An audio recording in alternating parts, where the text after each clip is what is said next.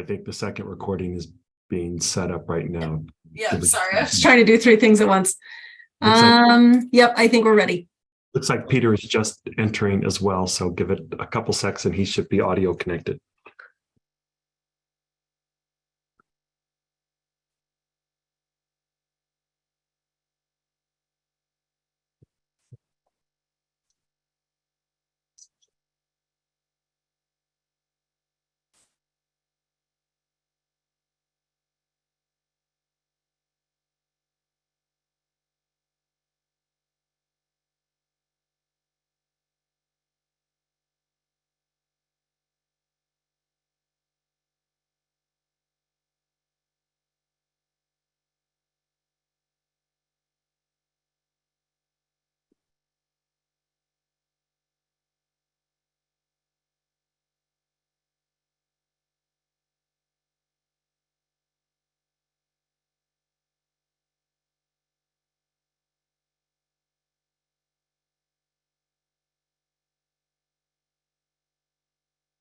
I think everyone's in now. Okay, we'll call the June 22nd Planning Commission meeting to order. All right, first thing is the roll call. Tony is here. Glynis? Here. Donna is absent. Jonathan? Here.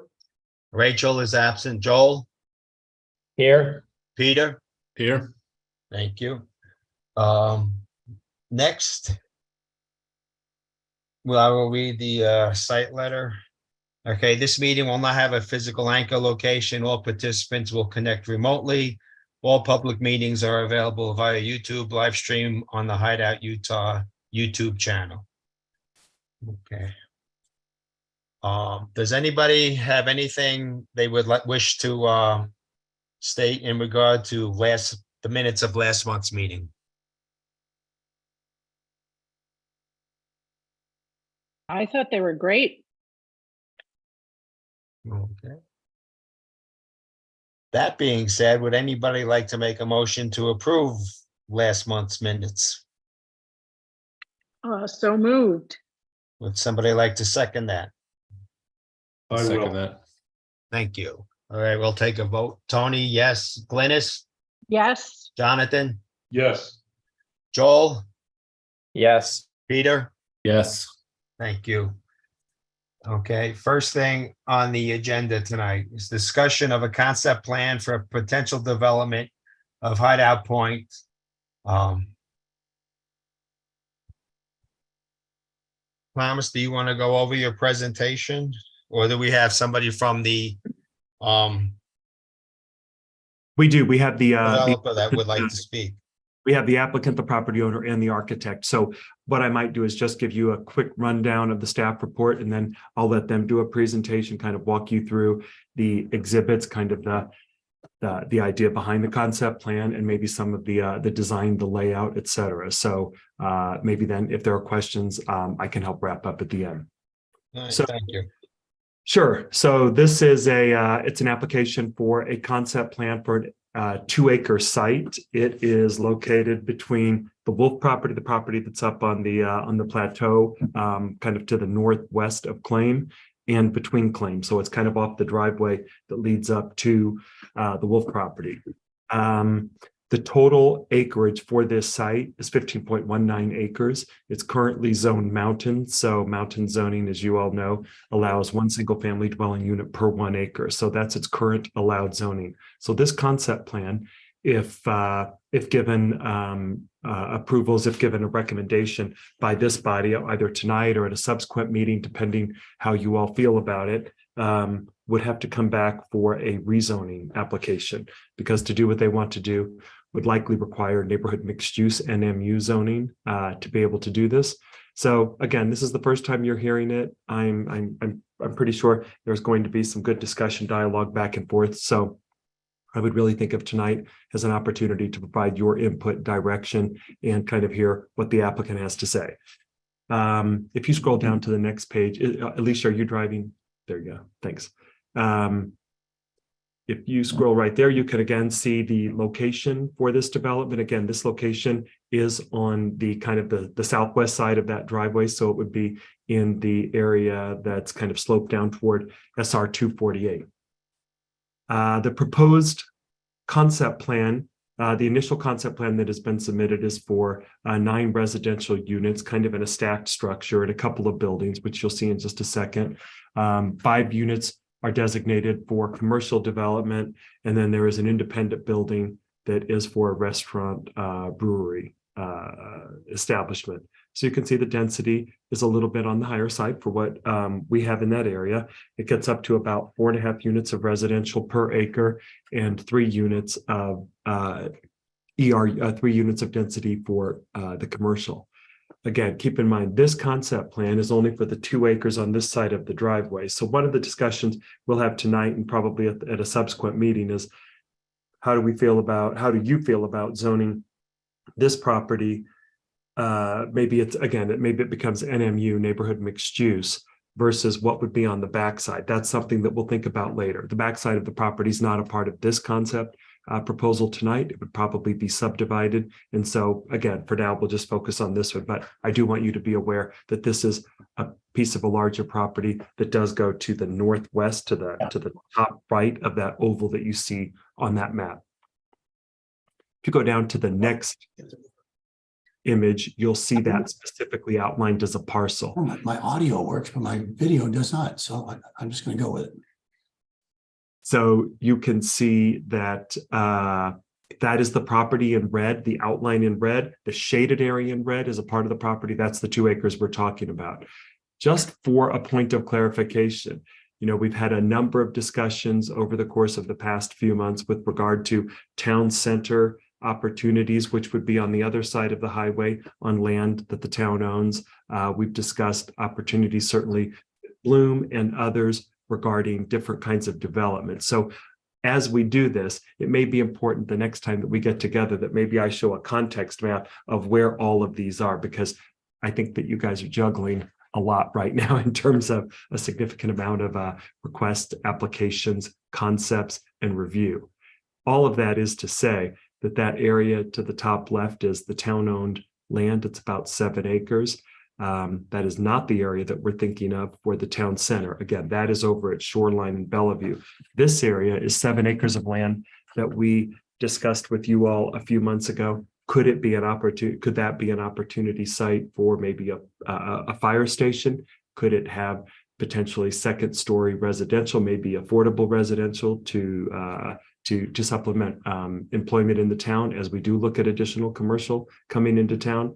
But that area, just to give context, I wanted you to know how close it would be to this particular development. We've also talked about the opportunity, if the town center plan does come to fruition down at Bellevue and Shoreline, could the Public Works building end up moving up here? It could be a Public Works building and a fire station.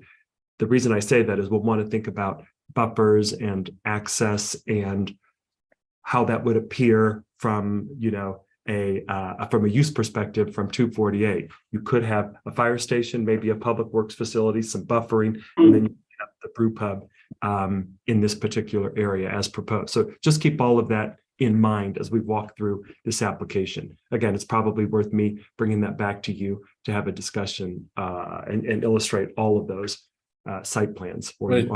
Thomas, it's Peter. Can I ask a question? So the red is, I'm just confused. The red is subject site.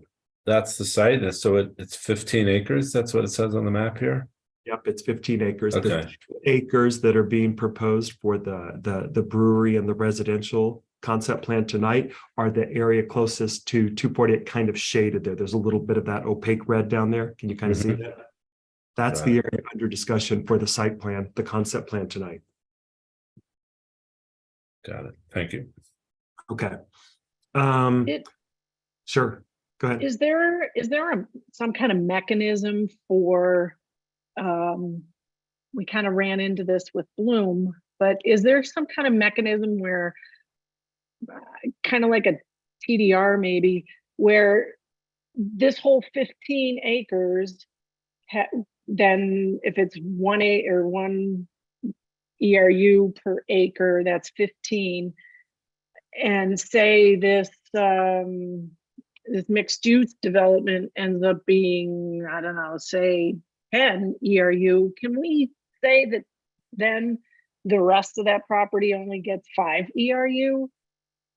We can actually have that discussion. If there's a concern about density, I know there are some steep slope concerns in this area as well. So if there is a concern about density, yes, I mean, you could actually look at working with the applicant if you thought that, say, this area was appropriate for the proposed brewery and restaurant and some of the commercial and residential. You could deed restrict some of the other side or rezone it something differently, or work with them to maybe leave it zoned mounted. They may want to do something more. And they can speak to that tonight if they have different plans for that down the road. But I do think you're onto something, and that is thinking about all 15 acres holistically. What's the big picture, so we understand what the request is here and what the request might be here upslope. I mean, Right.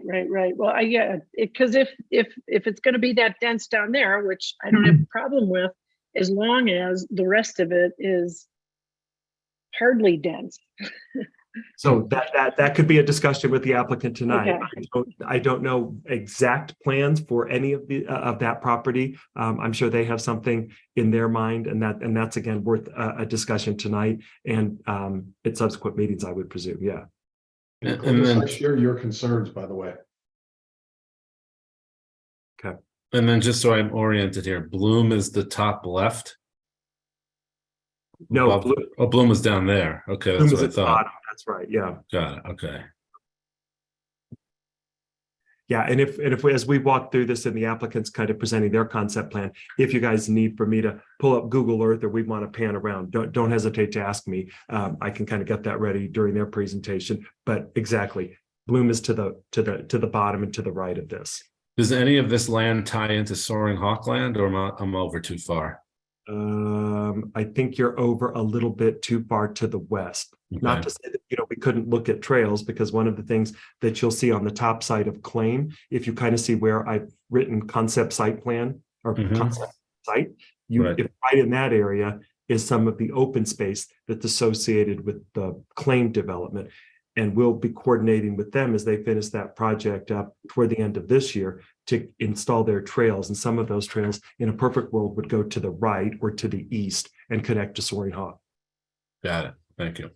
Is there any chance you could enlarge this map? It's really hard to see from my perspective. That would be great. Oh, yeah. Perfect. Perfect. Thanks. And just for the record, for those of you, if you do need to go to the top, you can hover over your Zoom screen, go to the top of your screen, hit view options, and you can zoom in even further or pan out further if you need to. But yeah, that was a good call to zoom in. Thanks, Alicia. I think before I go into any of the planning issues and concerns in detail, I think I'm just going to highlight a few of the issues that I think are relevant and based on past planning commission input. And that is, again, we do want to look at the density, what happens on this site versus what happens on the back site. Glennis already brought that up. Look at what those numbers will be, what they could be down the line.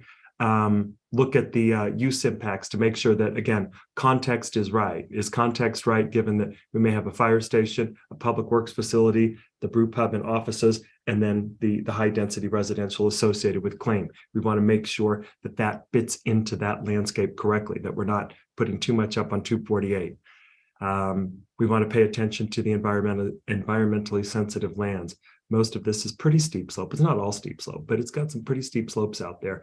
So I think a slope analysis, a slope map down the line, depending what you all feel after tonight's discussion, is probably going to be appropriate. So we understand where it's pretty steep and where it's just steep, right? Access. This property, as I understand it, would propose access off of the private driveway that leads up to the Wolf property. That access would have to be significantly improved to handle commercial development, to handle the traffic loads to the parking lots that would be associated with this development.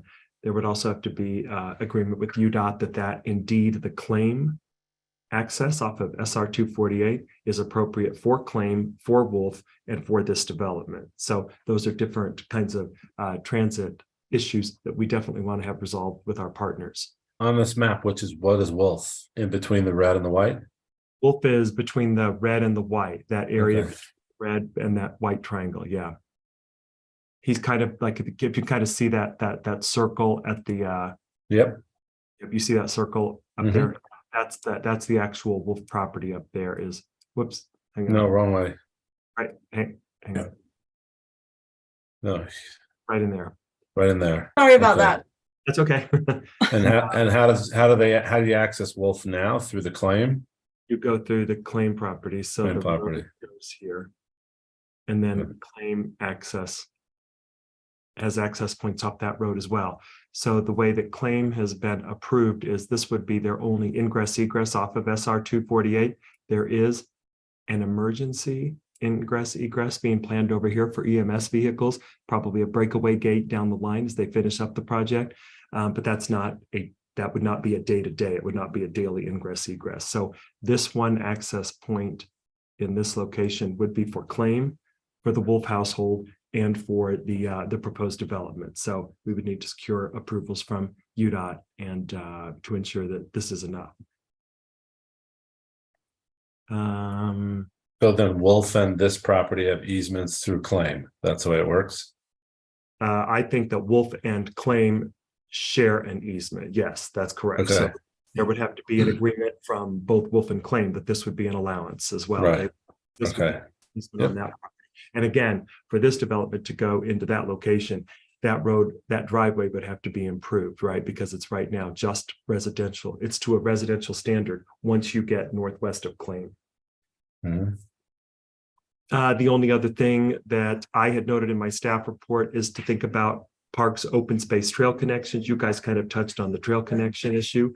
And then beyond that is architecture and design guidelines, something that we would talk about. If this were to move forward down the line, maybe that would be associated with the master development agreement. But I think with that said, unless you guys have specific questions of me, it's probably worth letting Rick Otto, the architect, and Tim Schoen, the owner, I think he's on, I'm not sure. Yeah, can you hear me, Thomas? And yeah, but it might be good for you guys to maybe walk through the drawings and or give any additional input that I didn't have at my discretion at this point. So I have one question is, what's the traffic situation going to look like? It looks like there's so much development going on.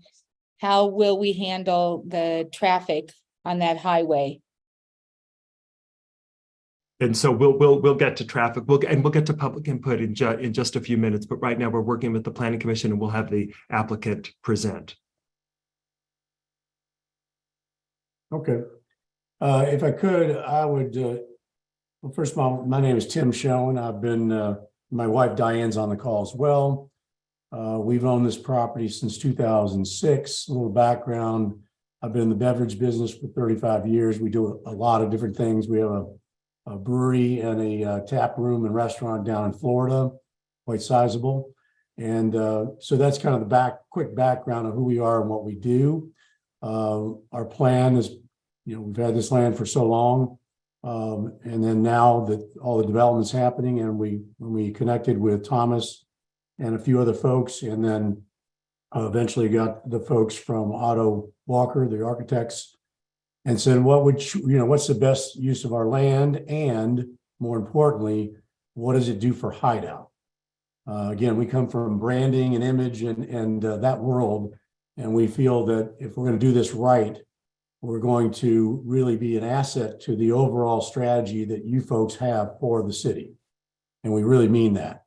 And then as it relates to earlier question on what we would do with the upper 13 acres, again, we obviously will want to try to get our economic goals established, but we are clearly, Diane and I are clearly in the camp of we want higher end of kind of content up there. We don't want a lot, we don't certainly, and no slam on claim, we don't want that kind of density at all. So what does that look like? We don't know yet, but we want to put it out there as, with that 13 acres is going to be residential, and we want to be in the higher end category. So I'm trying to kind of outline who we are and why we're doing this. I'll hand it over to Otto Walker, the architectural group, and they can kind of tell you what we're doing and how we're doing it. Any questions for me or my background? I just have one question. When you say residential, are you talking single family homes, townhomes? On the upper 13? Yes, sir. It could be luxury homes. Again, we're going to be looking at what makes sense, but it's not going to be 88 units. Oh, no, I know it's not going to be. Yeah, exactly. And we don't want to be that. And so that's kind of what our thought is. We'd love to work with you on that 13 and do the right thing, make it really, again, an enhanced asset to the overall Hideout positioning. Thank you. Okay. So in terms of the actual concept plan, Rick and you folks, you guys want to, I don't know who's driving, but we'll go ahead and take a look at actually the concept that we're laid out here. All right, so I'm Rick Otto, and this is my associate, Jeff Johnson. Jeff is actually going to run through the specifics, but we have to deal with high slope lands all the time, so we've been very careful to try to stay out of the 30% slopes, but we'll kind of run through this. There's basically two buildings. Rick, I'm sorry to interrupt, but Alicia, it might be helpful if you maybe zoom back out a little bit and go down to the exhibits. They're pretty good scale, and that might help Rick walk through that or give the planning commission some visualization as Rick walks through it. Sorry. There you go. Maybe zoom out. Just there you go. Thanks. Sorry about that, Rick. Go ahead. All right. Well, I'll let Jeff take over from here. But as you can see, I mean, this is not a dense project by any means, but of course it's all about square footage. So Jeff, why don't you go ahead and run through it. So basically we'd enter off of the highway there and come up using that road that exists right now. And as we were talking earlier, as Thomas was talking, it would have to be improved. Building A would be the restaurant part of this development. It has 2 stories and roughly 6,300 square feet total right now. The location of both buildings were set up to utilize as much of the property that it doesn't have 30% slopes or more. Everything gets pretty steep over to the right-hand side of this site plan and the left-hand side. There are a couple of pockets where it's right around 30% and even less than 30%. So building A, again, the restaurant facility, it has the parking there. You can see on-grade parking. It has an entry point with a tremendous view as you look out towards the Jordanelle from the entry. Building B is the mixed use. The commercial would be on the parking level. There are residential units above, and then 2 levels of residential units below, accessed by a private elevator to get to those units. You can see off to the far right there, upper right-hand corner, kind of a brief description and areas of these units. Wait, can I stop you for a second? Could you go back? You lost me on describe B again and how you have commercial and you have upper level residential and lower level. Yes. So you come in off that service road. Jeff, could I interject for just 1 second? Alicia, could you scroll down maybe one more page? I think that'll one more. I'm sorry. I think if Jeff can speak one more and go one more, you could start to see it right there. I think that'll help Jeff. Okay. Yeah. So you can see the access road shown on the far right on section B, the parking area, and then directly off that parking area be the commercial. One level up would be some residential, and 2 levels down would be residential also. If you remember that, well, you probably don't, but the floor plan of this, if you were to scroll back up towards the top, there are some elevators that would give you the access to these levels down below, and you would basically come right out in the unit. Obviously, this is a very conceptual drawing, and one of our challenges was trying to work with the existing grade with retaining walls. You can see in the section A where the restaurant would be a 2-story structure with some covered patios. And even with that, we had to incorporate some retaining walls that you see to the right of section A. Section B, of course, we're showing, we're using the building as a retaining wall to help make up grade. So you actually, the lower level would be pretty much right on existing grade. You can see where we have some fill area, that triangle where the parking would be. So that each one, building A would have its own entry point, and building A would have its own entry point. So they're pretty much separated, and it almost has to be because of the way the elevations change as that road climbs up and you come in off that road to get, say, to the restaurant building.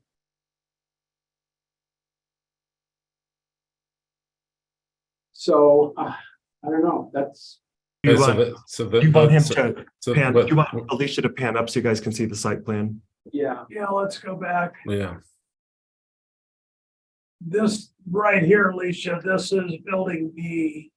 And so this is showing the parking lot. You can see coming off the drive up above and leading down into it. We have how many parking spaces, Jeff? 22. 22. It's something like 22 parking places. So then we have the commercial space directly accessed off of that parking lot. And then as Jeff said, we go up to commercial or up to residential and then down below. And these units are typically about 900 square feet Yeah. as we've got them drawn. Yeah. So they're not huge units, but can I ask you a question here? So you have 50, Sure. if I understand your plan, we have 3 buildings with 3 residential units. So you have 15 residential units, you have 5 commercial units, and you have 22 parking spaces. Did I get that right? There's actually the way that this is put together. If you go up, if we could go up to the first exhibit. One more. keep going now. And then, so you can see the makeup of the building plans over here. If you could blow that area up.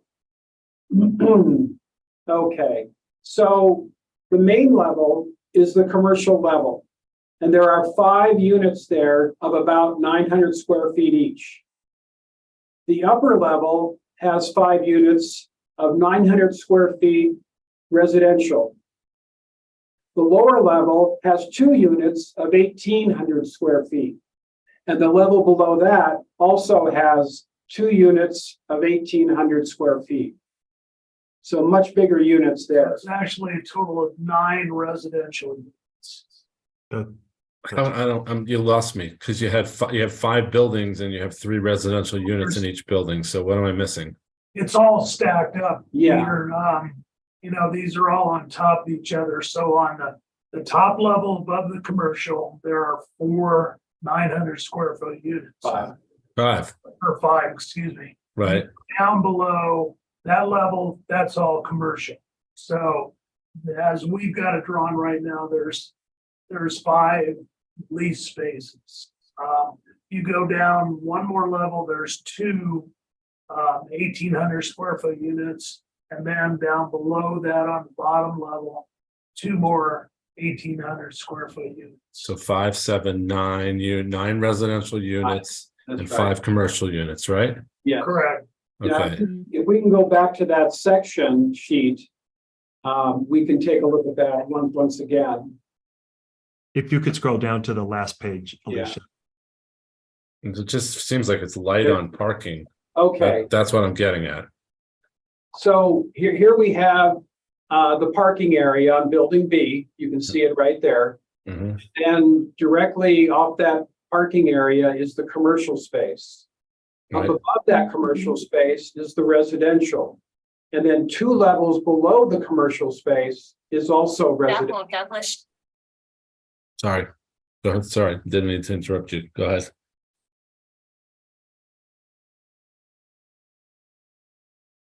Should I say that again? Yeah, please. Sorry about that. Okay, so we have the parking area on this section B, and then directly off the parking would be the commercial. And then above the commercial space are the 5 residential units. And then below the commercial space, we have 2 levels of residential. 4 units total, so a total of 5 units. 22 parking spaces in this on building B. And just to keep this clear for the planning commissioners, so building B is the bottom building. Of course, that's the one we've been talking about. Building A, the top section you see here, is for the restaurant brew pub proposal. That's independent of this building. So this is the one we're talking about now. Just keep that in mind. Isn't there a like an equation for how many bedrooms you need a parking spot for?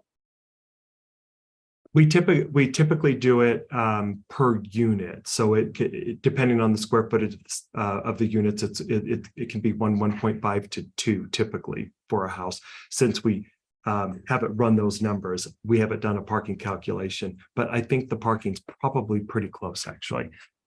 We would have to run that though. Yeah. Could you help me understand what kind of businesses you anticipate would fit in a 900 square foot spot? Tim, do you want to kind of respond to that? Yeah, Diane, you want to take that? Yeah, I'll go ahead and jump in. I think you guys are familiar with that land there. Our whole objective of doing this is taking advantage of the amazing views. So in the first area, I'm sorry, Diane, you're not clear. And your garble. Sorry. We can't understand what you're saying. Sorry. Your microphone's messed up. okay. I don't know how to. Am I still garbled? Are you talking through your computer or do you have a headset on? I'm talking through my computer. That's why. You have a headset? What? Do you have a headset? I would suggest you plug in a headset. I will call in. Oh, that's better. Now that you backed up. Now, yeah.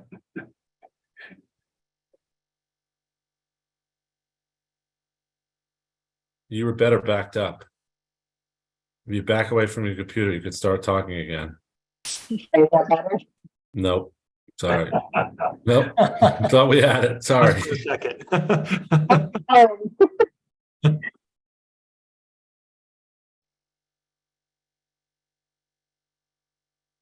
While she's getting maybe connected by way of a call in, I don't know if any of the planning commissioners have any questions or with regard to the site layout. Do you all feel comfortable in terms of how you're oriented as you look at this section? Could you scroll back up? Because I'm like, this picture makes it look like it's one building and the other picture makes it look like it's 5 buildings. And that's where I'm getting. What you see here, just for clarification, is just a cut through a section. So you're just seeing a section of those. But it is 5 buildings, correct? Well, five it's actually one building, Peter. Connected. 5 sections. 5 sections, 5 identical sections. Okay, I got right. Yeah. Yeah. It's all Okay. connected. Right. Okay. I think it would help me a lot if, when you come back, you could put together some drawings that would place the buildings on the site and then depict, what are the slope and elevations in each of the areas? How high a wall, a retaining wall, do you anticipate in the various areas? What are you going to do about erosion control and open space? And if there are any environmental issues, kind of show us where those are and help us understand what you're doing. Because I too am having trouble assembling, these drawings into a 3D image. And I think it would certainly help me, speaking for myself, if you could break that out and include those issues, because, are you talking about a 6-foot wall, a 30-foot wall? That kind of thing would be very helpful. Right, they are not 30 feet tall, no. How tall are they? I'll say one thing. Go ahead. I was just going to say, one thing I really like about the plan is that the parking is behind. So when you're on the road looking up, you don't see parking. I like that.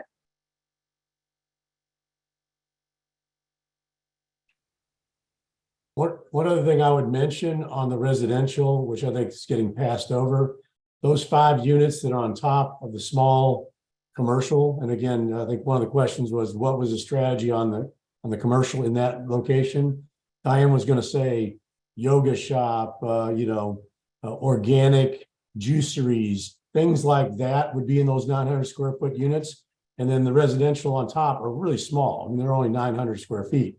So I think it's to us, it's balanced out that way. And then the 4 units that are on the downslope are a little larger and a little, are going to be a little more robust in terms of a real residential unit.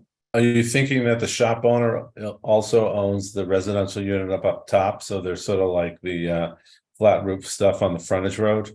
I mean, we don't anticipate that. Okay.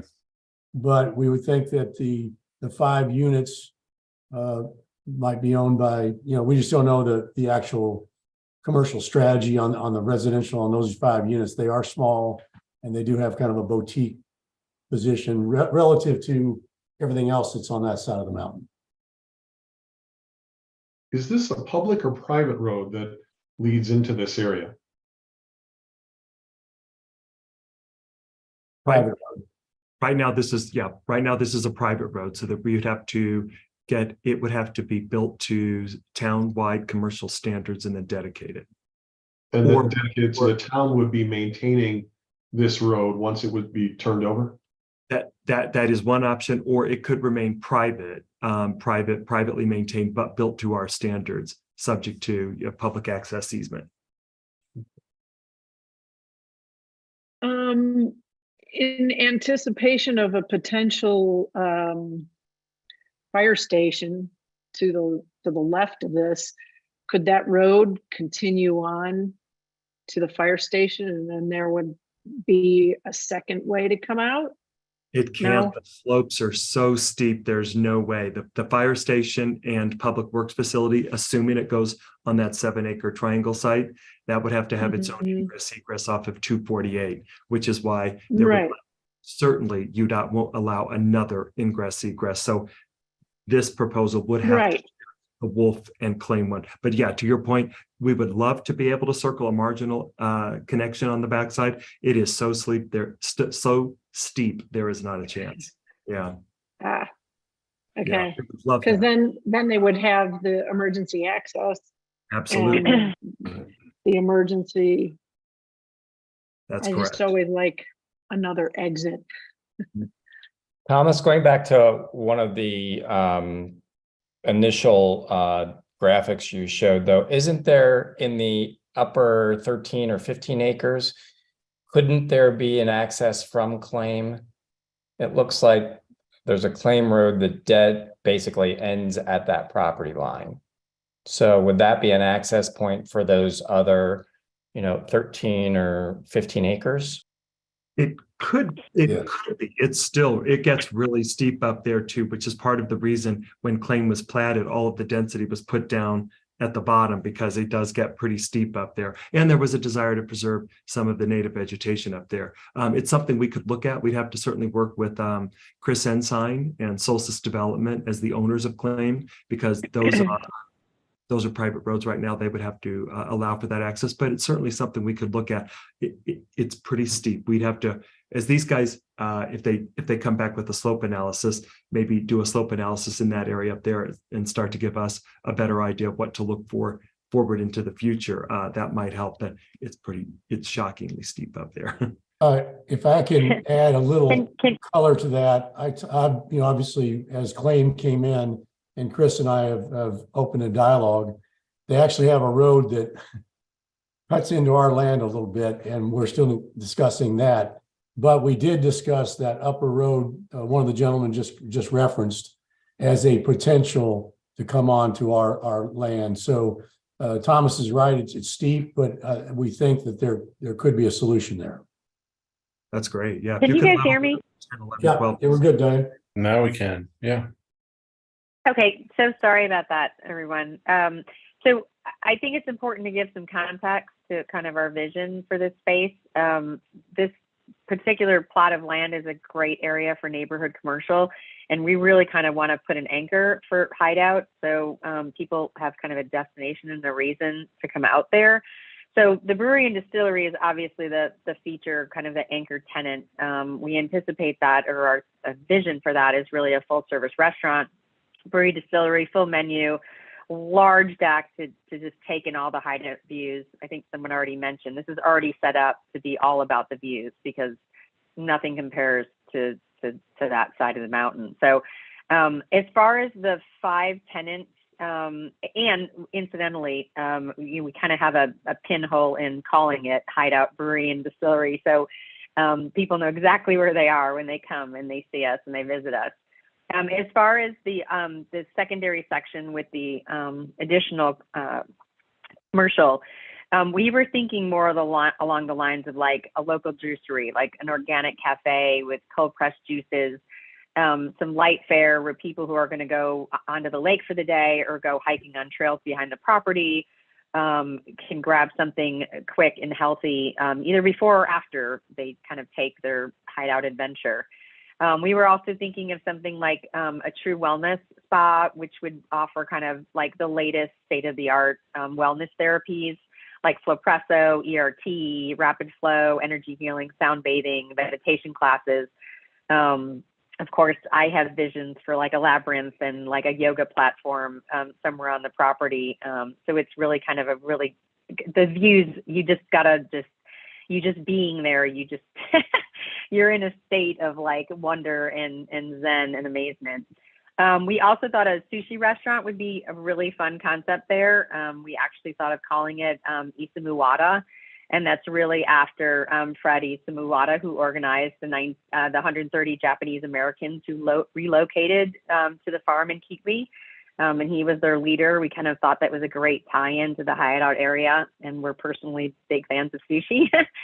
And then we also thought it would be great to have something like a smokehouse market, which would be kind of a high quality traditional neighborhood market with really unique products, fresh meats, fresh seafood, local products from local farmers, beekeepers, maybe some, a deli counter where you could, again, grab a sandwich or some more heartier fare either before or after you kind of went on your adventure and Hideout, either on the lake or on trails or whatnot. So we're really envisioning this as like a destination place. We want to give people a reason to drive around that lake and come see us in Hideout. So that's kind of our initial thoughts on kind of those 5 buckets. And certainly, again, the brewery and distillery, the Hideout Brewery and Distillery as the anchor tenant. And Don, I think you kind of touched on this, but the brewery and distillery, that would be kind of in-house production as well. That would be in that building A, and that would basically Correct. take up all 6,300 square feet. I mean, it's a significant restaurant. Correct. The commercial space in each one. Sorry, to finish up.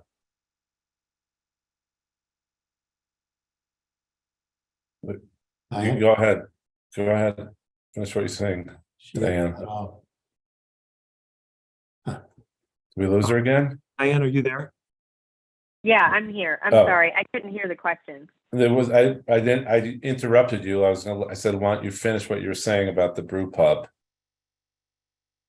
So it would take up all of that square footage that's allocated, because equipment does take up a considerable amount of space. And really, to be authentic and to be real about it, we would want to have a still in there, maybe a small brew house, because we want it to be an experience when people come there.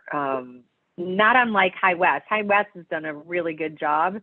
So it's kind of that concept, but a little bit different and more Hideout. And, we definitely want the restaurant concept there. There isn't any place to really go and grab a great meal on that side in Hideout. And again, this is all about creating kind of a reason for people to drive around the lake and come see us and discover Hideout. Yeah, the other thing I'll add to that before Peter asks his question is that this is a distillery, a brewery. Again, we do all that in Florida. We know how to do it. This is not going to be a production site per se. So, as we call this thing the Hideout Distillery and Brewery Restaurant, we would have products, canned and bottled products that would be Hideout branded. So we know how to do that. We do things for Disney. We do, a lot of co-branding things. And so that's part of the master idea and plan as well. It's not just lease it out to some distillery guy. We're going to be involved. This sounds like it's going to take a fair amount of water, especially if you're going to be producing products that are going to be leaving the premises. No, we're not going to be, it's not going to be a production. That's what I'm saying. We'll make it down in Florida and ship it up. Okay. So do you own sufficient water shares? And are they within the JSSD network yet? Yes, we have nine shares. And we've been paying since, 2006. Thank you. Well, my question was the commercial space are 900 square feet. Is that accurate? Of the 5 units, yes. Oh, yeah, right. So a grocer, a kind of the sort of deli sandwich grocer doesn't work in 900 feet. You were thinking that 2 of these units connect, so it's 1,800 square feet, something like that? Yeah, so like the marketplace would probably be 2 units. Okay, thank you. Have you spoken with the residents that are going to be most impacted, the existing residents there and others? There's only one that's it's part of our land. I'm not going to go through the whole story on Bill Wolf's property, but it was actually part of the property that we bought in 2006 prior, and that was sold off in the 80s. But no, yes, Bill Wolf is apprised of this move. I'll give him more details as we get down the road. And then the claim folks, again, Chris Ensign and his folks, they know that we are looking at development. And as we get to the next stage, we'd be talking to them. But we have been talking to them about some things that are approaching our land and then how we connect to their land at some point. Yeah, because I think it would be nice if we could hear from them and their perspectives as well. Okay.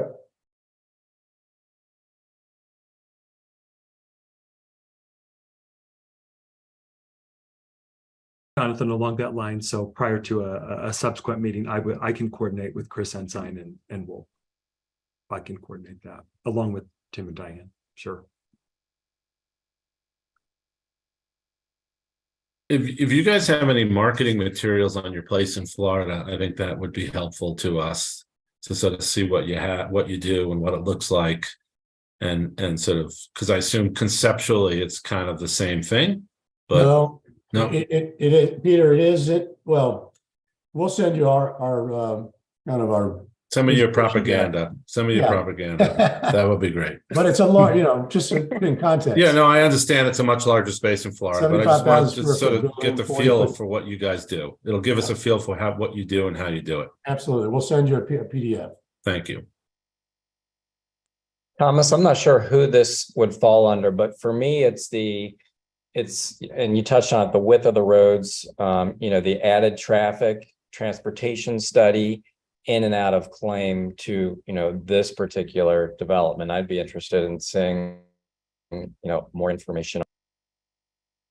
Okay, yeah, we can coordinate kind of a traffic impact analysis and kind of do a little bit of a traffic study review. We can coordinate that. Yeah, we are looking to you and your team for guidance. So, and we can help with tell that. us. Thank you, Thomas. Appreciate Thomas, that. just a related question to that. Does UDOT have any plans for another traffic light on 248? There's part of their traffic planning does include but the potential for 1 or 2 lights on 248 through the town of Hideout. Probably one would be I don't know that they've thought of one for this particular location. Maybe one would be down at the town hall, and one might be up toward the where you come in off of where Deer Springs is, Bellevue, that area. Sure. Okay. Shoreline. Yep. I think that tentatively 2 lights there. Those traffic plans can change. They can morph over time depending where density goes and how things play out. But that is that's the most recent plan from about, I think it was 2020, I think. Well, so Tim is on. fairly dated at this point then. Okay, thank you. But they did anticipate entitlements out 5 and 10 years. They did look at that. And if Tim might correct me, so otherwise. Do they- The expansion, oh, I'm sorry, go ahead. I bring this up all the time, but is that when they would maybe decrease the speed limit? Decrease the speed limit. It is a tough it's question. 65. God will do. Given that It's going to be called the Hideout Freeway soon. So Yeah. given the expansion on the east side of the park, there's a beach and a dozen cabanas and that kind of thing. Is there any way for us, Thomas, to find out whether or not their plans have changed? Because with the park doing that, there's going to be an awful lot more traffic coming in down 248, and then of course there's always the issue of the turn lane to get in there. But given the additional traffic, I wonder is there any way to find out whether or not that has changed UDOT's plans? Do we have like a way to communicate with them on that? We can certainly communicate with our regional rep, and I think that again, Tim and Ryan are on, so they're probably taking notes. But yeah, we could definitely reach out to them and see if their plans have changed, if maybe the pace of development in the area, both in Hideout and Wasatch County, if the pace of development has actually maybe enticed them to think about doing things earlier. I don't know if that's true. They tend to move a little bit slower and be a little bit more reactive than I think most jurisdictions would like for them to be, right? But we can certainly coordinate with them. I think asking the question might cause them to reevaluate, simply because there's going to be a whole lot more traffic coming, into that entrance, at least at the Ross Creek entrance anyway. Mm.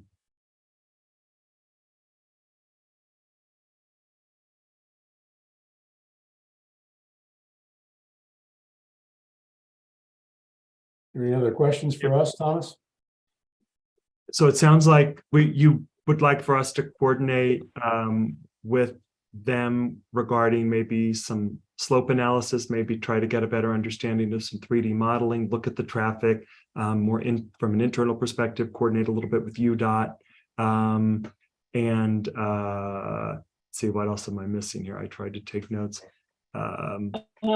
The density down here relative to the density in the rest of the property. Maybe try to get a real high level conceptual of what they're proposing up there to see if that's something you all are comfortable with for a rezone, and maybe some more detail with regard to retaining walls, how high the retaining walls would be. And I would also add that we should probably look at stormwater management, because we'll have to make sure that we find space in here for stormwater management given the steepness of the slope. So right, and then the other, I think I don't know, maybe you said it, coordinate with the other properties and sort of get a collective view on this from the surrounding property owners. Yep, with Claim, Ensign, and Wolf up at the single family residence. Yeah, and Thomas, you could add to that list open spaces, environmental issues as well, and erosive issues. That would be great. Yep, I've got those issues in my report as well. So I'll definitely, yep, I'm just adding to that actually. Yep. I do have one last question. When you look at what's being developed now and claim the lower level units, as I would call them, which are closest to 248, are you that close to 248 or you're further set back in your concept? I believe we're further step back. Yes. Okay, I think so too. okay, thank Yeah. you. But definitely the distillery. Distillery's way off the road. I still think this is set back farther than the claim ones. Okay, thanks.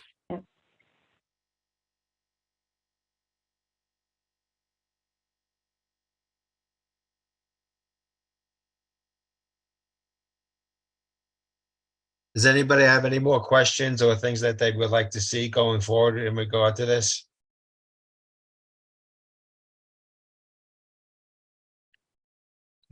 Then we'll close this item out and move Thank you all on for to your time. Thank you, everyone. Diane, Tim, Rick, and Jeff.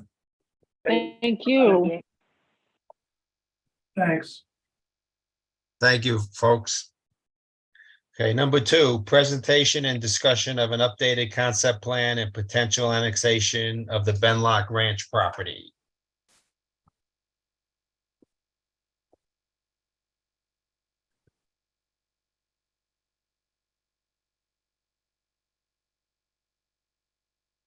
Okay. I'll give you guys a quick primer on this. So at the last planning commission meeting in May, we kind of walked through a bit of an updated concept plan, a little bit more detail was provided for you. We kind of got a better understanding of what subdivisions have, what the phasing would be for various subdivisions in the Benlock Ranch area. And I think Jason Bowl is on tonight. And I think there's a couple of things we'd like to do is talk a little bit more about it in detail. You had some questions, and if you scroll down, Alicia, to page 3 after this one right here, keep going. At the last meeting, again, we walked through some of the, there you go. We walked through some of the more detailed presentation for the concept plan. At that time, you all had some questions. I've outlined them here and have been coordinating with Jason Bowl, the planner for Benlock, and I think their team is actually on this call. And so what I thought we would do is have them walk through their presentation, which is in response to these questions and other questions, and it may spur additional questions by you, more requests for clarity of concept plan or understanding, but they do have a bit of a presentation that I think should help answer some of these questions. Jason, are you on? I am. Can you hear me? Great. Yep, I can hear you. All right, excellent. Well, thank you very much for your time. I am here, as well as Patrick is here this evening to walk through and hopefully answer a lot of these questions. Our thought was after the last meeting that it might be beneficial to share the history and the background of the project and the entitlements and the work that's been done with Wasatch County, just so that we're all on the same page. We have the same understanding of what's approved now, what's existing now, what's being built now. It seemed that there were some of the questions that at our last meeting that we took to heart, and hopefully we can answer them tonight. With that, I do have a PowerPoint, so I'm going to share my screen. There we go.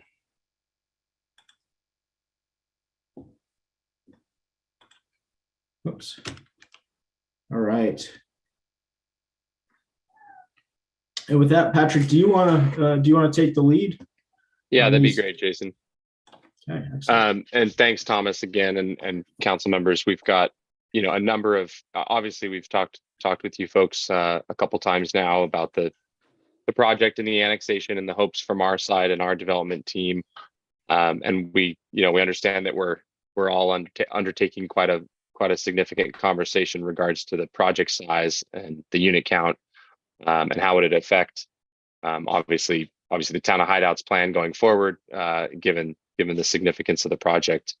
And what we wanted to do, especially tonight, we've got we had kind of a pretty significant list of requests from last go around last meeting, some of which were more catered towards asking to see some additional information relative to the designs of certain concept areas and some of the plans going forward, which some of which we're still working on, and we will absolutely share with you when the earliest we have those, probably at the next meeting here. But in this instance, we were hoping to share a little bit more of the background in terms of the entitlements that we do have in Wasatch County, and what we sort of inherited, and then what we perfected as far as entitlements go, and what we sort of think we're bringing over, if you will, in an annexation, and then sort of breaking that into two parts, being what we have at Wasatch County and what is sort of A, under development, and B, planned for development.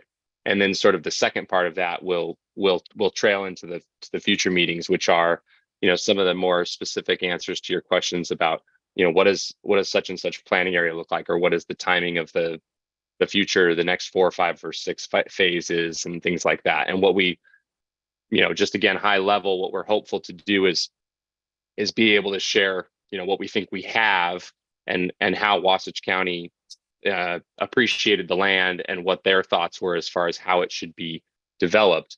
And then obviously, if in fact your group and the town of Hideout choose to proceed with the annexation of our project, obviously that would open up another conversation related to what types of units are you guys looking to see developed on the site, or obviously having to proceed with the approval process with the town of Hideout, knowing full well that as we start going phase by phase, we're going to have to get approvals with each planning area, with each phase.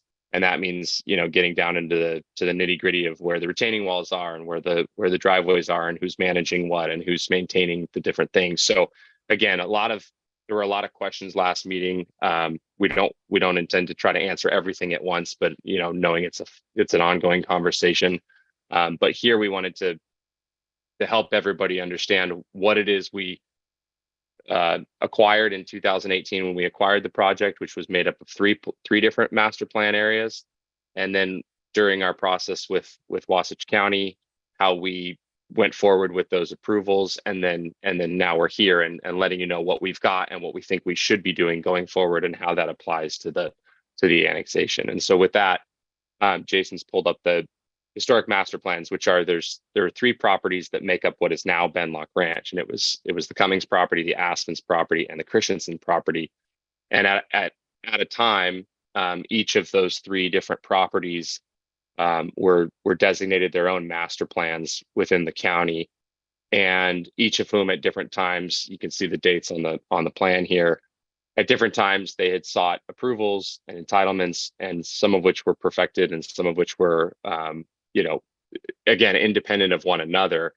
And as you can see on the far right here, in the historical master plan context, with the 3 different master plans total, there was a total of 3,200 units, give or take, being requested to be developed within the county jurisdiction at that time. And we've also included a red line. It's a little bit hard to see at parts, but you can see the annexation boundary that we've been discussing in prior conversations, but we wanted to overlay that with the plan, so you could see how it interferes, or how it relates with the in this case, the historic master plans.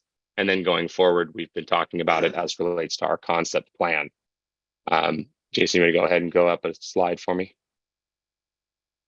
This is just a real high level timeline of the work we've done, and some of the greater, larger accomplishments as far as the entitlements go within Wasatch County. Again, we acquired the property back in 2018, and prior to this timeline, we inherited a property that was, for those of you who don't know the history of the property itself, the 3 different master plans were part of a bond raise, and that was with the JSSD. And essentially there was a bond default across the property, the 3 different properties, the 3 different master plans, and the bondholders elected to try to sell the property. And this was in 2017-18. They didn't want to take the property back. and therefore it was marketed for sale. And the importance of that is in those discussions before the properties were sold, the county stepped up, and so did the district to JSSD. They all stepped up and they perfected some of the entitlements. They created what they call a settlement agreement and an entitlement agreement. And the importance of that is you'll see these terms referenced later on in this presentation. And the settlement agreement was obviously a legal document, but what it did was it said, okay, all the parties that were involved, which were the county, the JSSD, and the landholders and then the bondholders, everybody agreed that they would. There were some marching orders with how they were going to sell the property and what went along with the property when it was sold, water rights, things like that. And then the entitlement agreement was a rider to that. And essentially what the county and the district were trying to do for the benefit of the bondholders and quite frankly, everybody involved, was to formalize the entitlements that were going to go ahead and go on with these two properties. Because as you can imagine, if a developer came along and only bought one of the three properties because it was the most alluring, the other two would get left behind. And so what they tried to do was create something marketable and sellable. And as we can all appreciate, unless a developer walks in the door owning the land and requesting to build a certain number of units, only then is that land going to become entitled. Well, in this case, there was a certain number of entitlements that came with the land as far as it being sold, which added value. And so we wanted to help the group understand what we inherited and then how we proceeded with it. So Jason, go ahead if you don't mind. So this is just a brief overview of the three different properties. One was the Aspens. Back in 1997, the county designated there would be 1,319 ERUs on that portion of property. The next slide will detail the Cummings property, which there were 310 ERUs approved by the county for that property. And there was only a sliver of the Cummings property that was included in what we ultimately purchased. And that was a total of 152 ERUs of the 310. And then lastly, the Christensen property, which was the county gave a density determination of 550 ERUs, and JSSD had 400 connections on that property. So again, they treated the three somewhat independently. But then once we came through and we're looking at and doing our due diligence, there was an entitlement agreement, which I mentioned. And so they lumped these three properties together. They provided the density arrangements that they had made for each of the three. And so therefore, which this is a number that's been seen before, is the total number of ERUs attributable to the master plan as a whole, or the settlement area, was 2,046 ERUs. And so in 2018, when we acquired the property, the entitlement agreement carried the day. And when we started discussions with Wasatch County, we essentially had 2,046 ERUs to work with. And you all know that there's, different designations for ERUs based on product type. And so if it's one single family home, it might take up one ERU. And if it's a smaller apartment, it might be a third of an ERU, et cetera, et cetera. And so that density breakdown was ultimately what we're dealing with as far as the ceiling was concerned.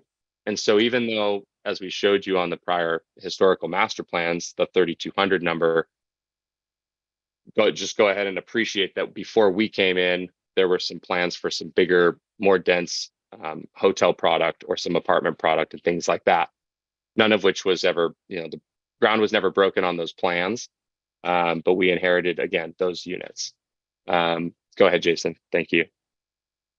Here's a density breakdown. This is from our initial development agreement with the county. And again, we approached the county with a certain master plan, a concept plan, just like we've shown to you folks initially with this density breakdown, which was 530 plus or minus single family units, almost 1,200 condo townhouse units. And that's kind of a wide net to cast, but you could have had detached condo units. You could have had attached condo or townhouses. Then we had 178 detached condos, a significant chunk of commercial totaling 50,000 square feet. We had a fireside resort, which is kind of a private cabin resort concept.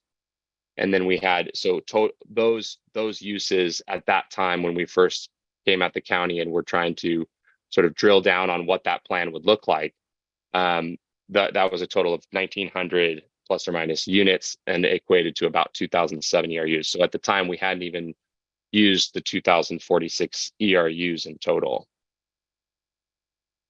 Go ahead for me, Jason.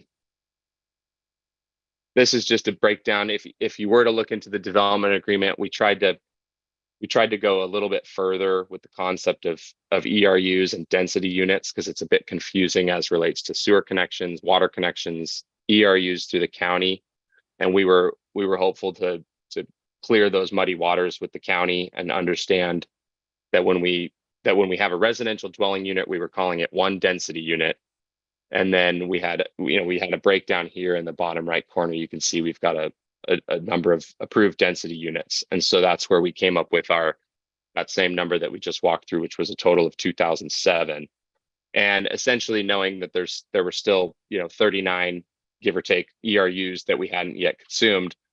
The idea here is similar to what we've discussed with you all, being, the timeline on a project of this size is well more than 10 years in terms of total build out. And so understanding that, though we can project what we think we're going to do as far as a master plan community, there's going to have to be a lot of wiggle room as we proceed years 2, 3, 4, where, the marketplace is going to really dictate what type of product will sell, what type of product is in demand, even if it's just down to the size of the home or the size of the lot.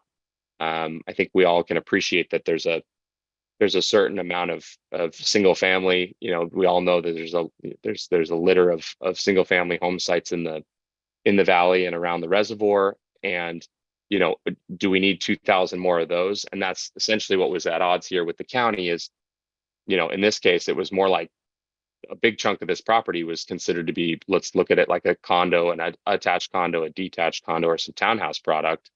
And even in discussions with you folks, we've learned maybe there's some other consideration to be made here, like apartments or some more accessible housing and things of that nature. And so again, dovetailing, we want to share what we had with Wasatch County and say this is what has been approved and this is what is sort of intended for the hillside.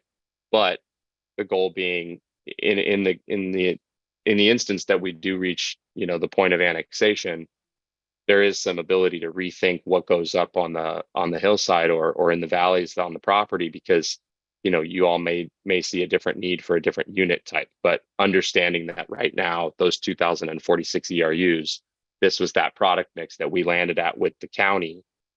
And again, the only other thing I want to add that was specific to the process for us and was very big in relation to how we went about it when we were getting our approvals from the county, was being somewhat in line with what had been expressed prior to our existence in terms of the property owner, and saying, are we substantially similar to what had been approved prior?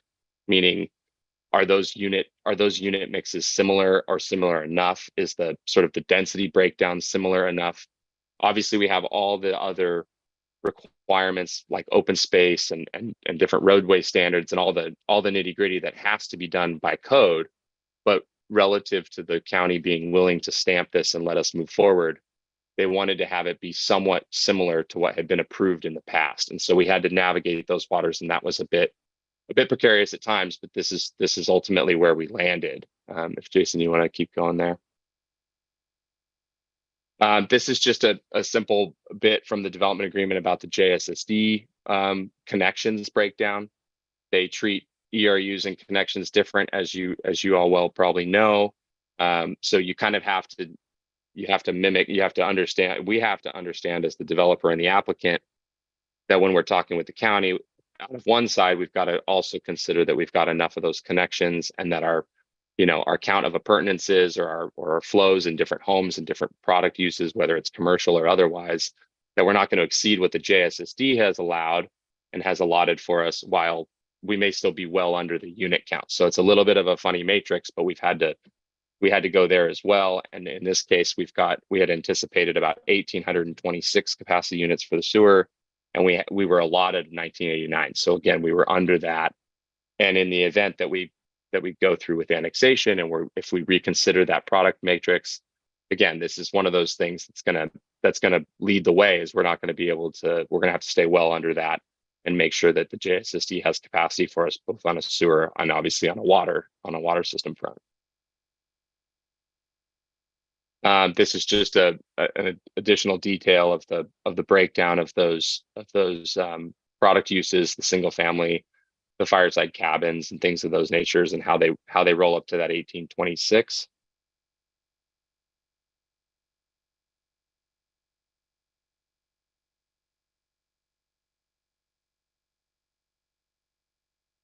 You got to know. There we go, Jason. Thanks.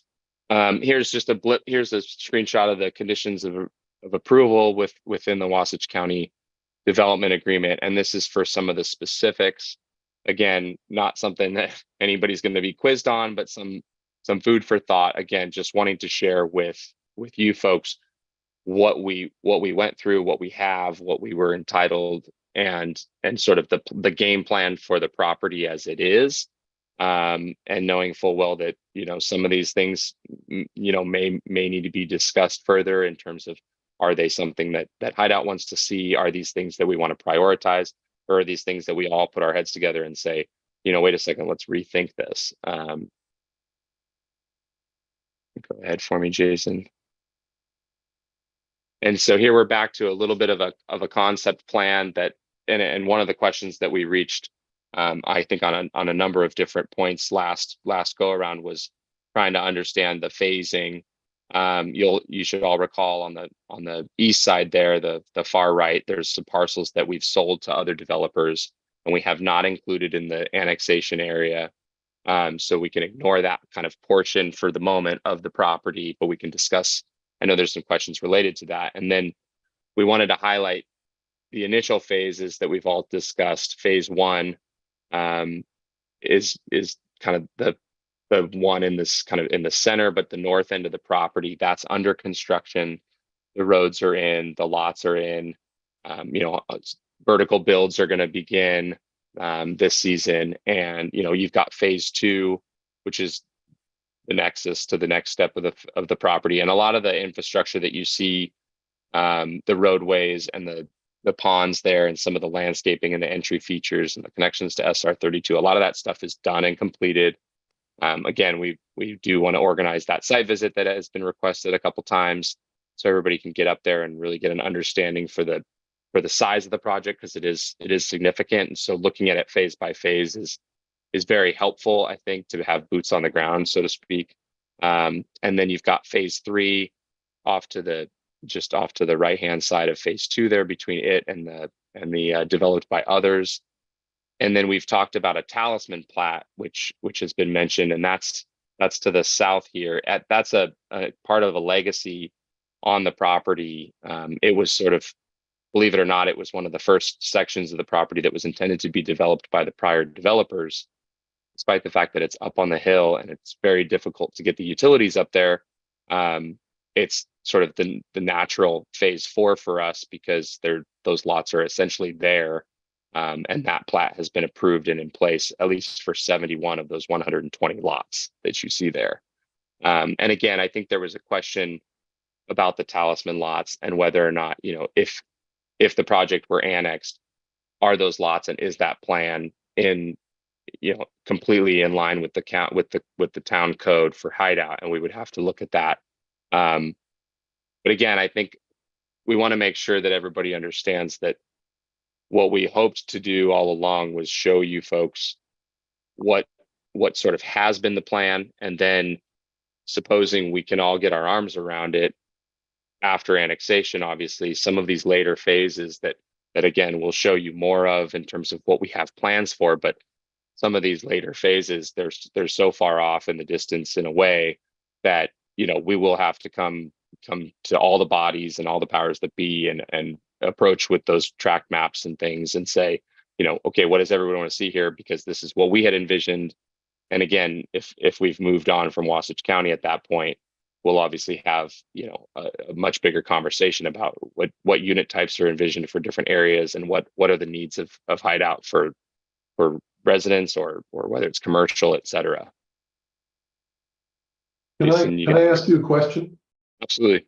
I'm looking at the map you have up now, phase 1, 2, and 3. I don't see any reference to commercial spaces. Has that slid out of those phases, or is it just not on the map? It's not called out on this plan because this was just a desire to display the phasing for the initial residential phases. But if you see the indicator for phase 1 there, there's a, yep, exactly. There's a commercial component right there in the center. And that'll be the initial commercial component of the project. So again, we hadn't called it out on this plan because this is more of a residential phasing exhibit, but that would be the first node of commercial that would be developed with the project. I think a list of each phase and what's in each phase would be very helpful, at least for me. Absolutely. Because that way we would know what comes when and where. Sure. So Patrick, are you saying that commercial nodes would be basically done after phase 1, 2, and 3, or as part of phase 1 or part of phase 2? Yeah, I guess it wouldn't be fair to say it would be done as part of phase 1 only because we've got phase 1, the roads are in, et cetera. But absolutely, I think we talked a little bit about it at the end of last meeting. But we certainly want to, given the fact that there's no rooftops on site just yet, that area is sort of, the loose term would be mass graded, if you will. It's, there's a flat pad there. There's a location where at some point in the very near future, there should be, utilities drawn, and we should start looking at the real site design for that exact area and saying, okay, how much commercial square footage do we want here to support those 3 phases? If, like, to your point, if it's phases 1, 2, and 3, and then you can start saying, okay, what's the timing of these rooftops? And so if we have 50 rooftops in phase 1 by the end of the summer, is that enough to break ground? Well, yeah, we should certainly break ground in the sense that, okay, what's the plan? Again, the site is graded, and so it's essentially, there's not a whole lot that would have to go on to unlock it for say parking lots and some building infrastructure. But again, making sure we have that plan in place. The way we see it, this isn't a bad time to be talking about that with you folks. Again, if in fact we're coming over to Hideout, because just like the meeting you folks had prior to ours, or the topic that you discussed prior to ours and others that we've heard in previous meetings, we know you guys have a lot of thoughts as far as what you're hoping to see to be able to serve you folks and the future residents. And so, understanding that has a lot to do with where we go from here. And so, again, one of those components, granted, I mentioned 50,000 square feet of commercial, and we certainly have some ideas of what those were when we applied for perfected entitlements through Wasatch County.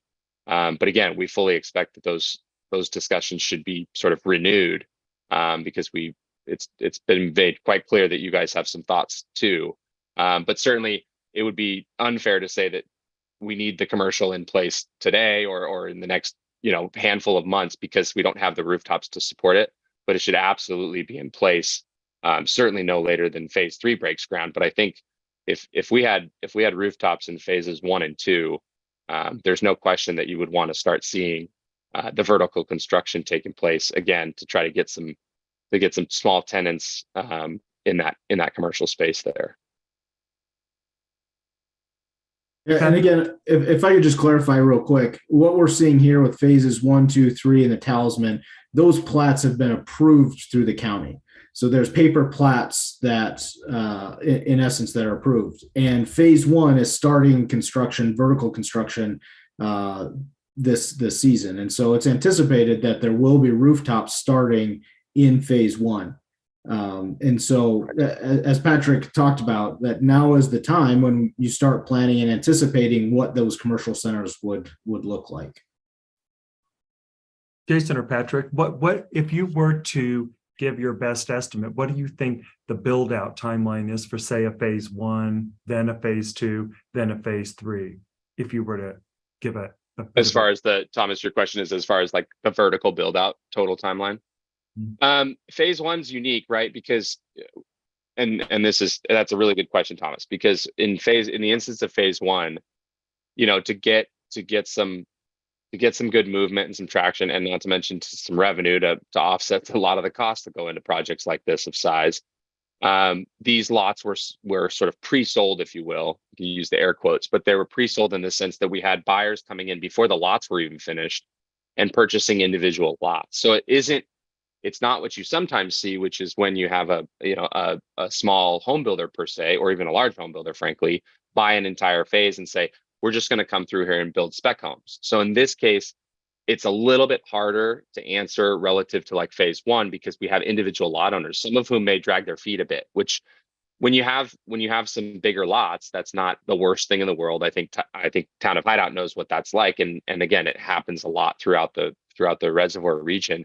But again, in the instance, like we've got the townhomes, and those will all start, right? Because there's some attached product and things like that. So I would still say you'd have a critical mass in phase one, maybe, if you will, in 18 months, right? And then, but again, maybe there's some outliers as far as the lots go, because we don't really control when each one of those projects or individual homes breaks ground, again, with their financing and all that good stuff. But I think you're going to see, likely with phases 2 and 3, there should be there's more likely to be a kind of a top-down approach there, as far as let's get some homes built kind of in a row, right? Let's build the first 6 lots out.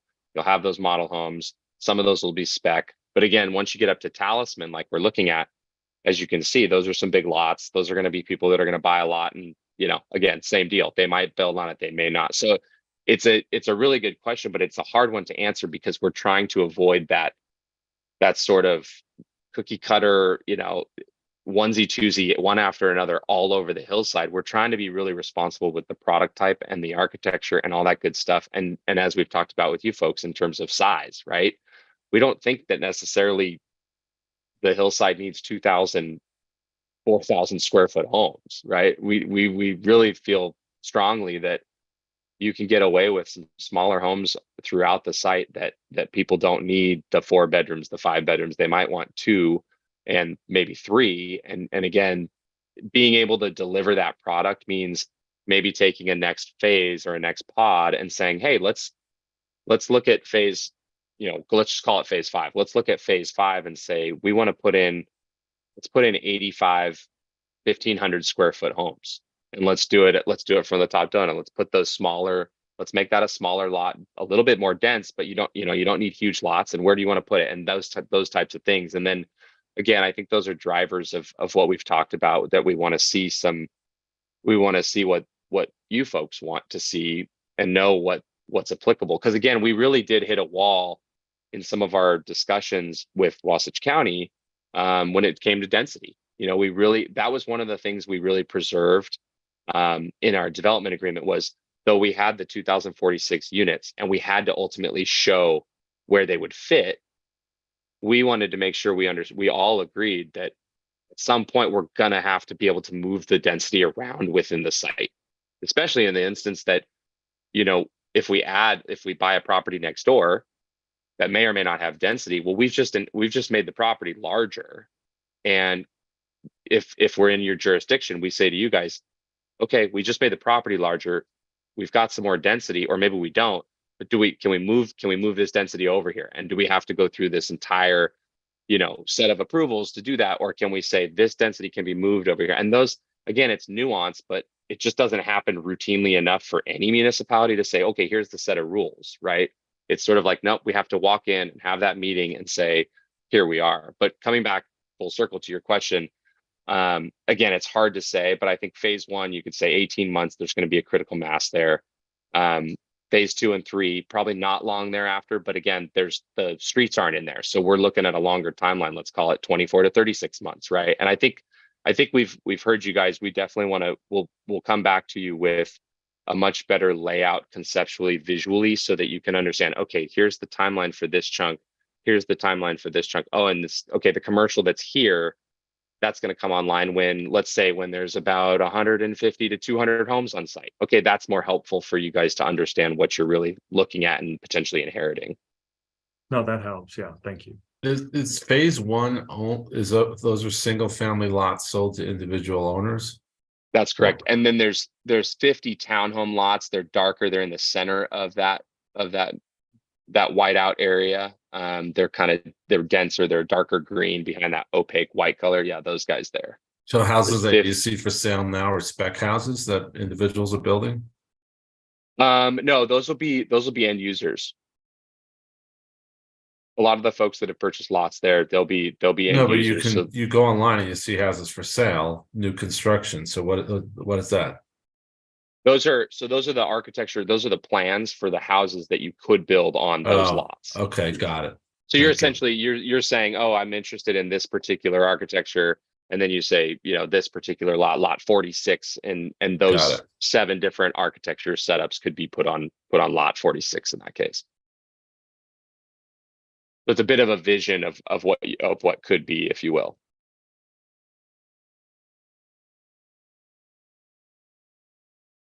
And so, Patrick, in the areas that are not illustrated as platted here, I think, and I just want to clarify this for the Planning Commission, you've kind of got the golf course kind of at the bottom, the kind of the southwest area.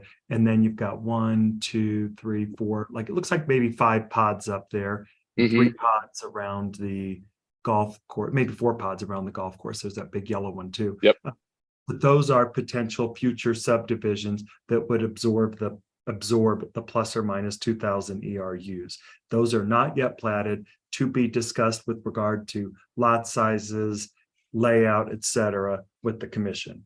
That's correct. So, and just to further your question and answer it, what we'll come back to you folks with, we've had our land planning team working pretty diligently on this, and we were close, but just not quite ready for this meeting. But we've got some more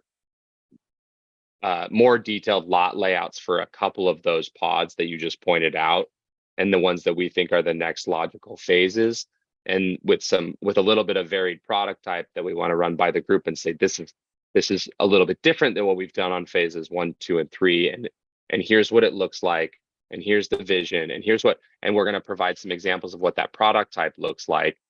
Some of those types of things that are a little confusing.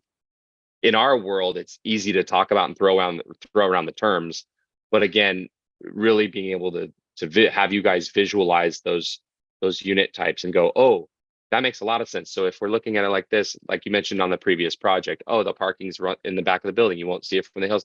Being able to visualize those kinds of things. But what we're going to do is we'll have this type of a concept plan, and then it'll be a zoomed in version, and you'll see one of those areas with some of the lot layouts. And then we'll say, this is what these products look like. This is what these products look like. And it'll be really a lot more informative. But again, our hope is that we can sort of bridge this gap of, here's what we have. Here's some of our ideas for what we think we can do in these next phases that are obviously up for discussion because they're not approved, and we need to get them approved, whoever the jurisdiction may be. This is the idea. Do we want to get married? And then when we do, this is what we have to go get approved, and we have to go through the process of doing so. But this is the kind of the concept and the idea that we have. What's the timing on the golf course? It's a good question. If we go forward with the Talisman lots, some of those are golf course frontage, and it could very well be that the golf course is a topic of discussion in the very near term. Because, again, as you can appreciate, that stuff takes a little bit to get it moving and get it going. But what we want to have is that same kind of key term is critical mass. We don't want to put a golf course up there without having anybody, kind of up that way, because it's a lot of heavy lifting to get up there and do all that earthwork. So you have to be creative about how you're gonna finance it, et cetera. And that could be a number of different ways of doing so. But the infrastructure right now gets us up to those Talisman lots. Benlock Ranch Road runs about up to that clubhouse, that kind of clubhouse / commercial area that's exactly the southwest portion of the lots there. And so that's about where we've stopped. So if we can unlock some of that Talisman area, again, if we annex over, then we have to be sure that those plans, mesh with the code for the town of Hideout. And then I think we could be talking about trying to figure out how to make the golf course start to work. Because again, if that in fact is where we go, that's a big driver. for the economics of the project and for the sales and marketing for the homes. Obviously, it's gonna if there isn't a golf course up there, then it's gonna be there's a whole lot of different area that can be talked about for different uses. But in the event that there is, it dictates some of what goes on the back there. So again, ripe time for discussion to understand, as far as where do we fit all these units in, how do they make sense? What are the price points? What are the revenues? And how do those taxes come back across to the town and things like that? Because it will dictate some of the retail and some of the commercial that's needed up there. And there may be, hotel components or other things that are big drivers of the economics of the project and therefore for the town.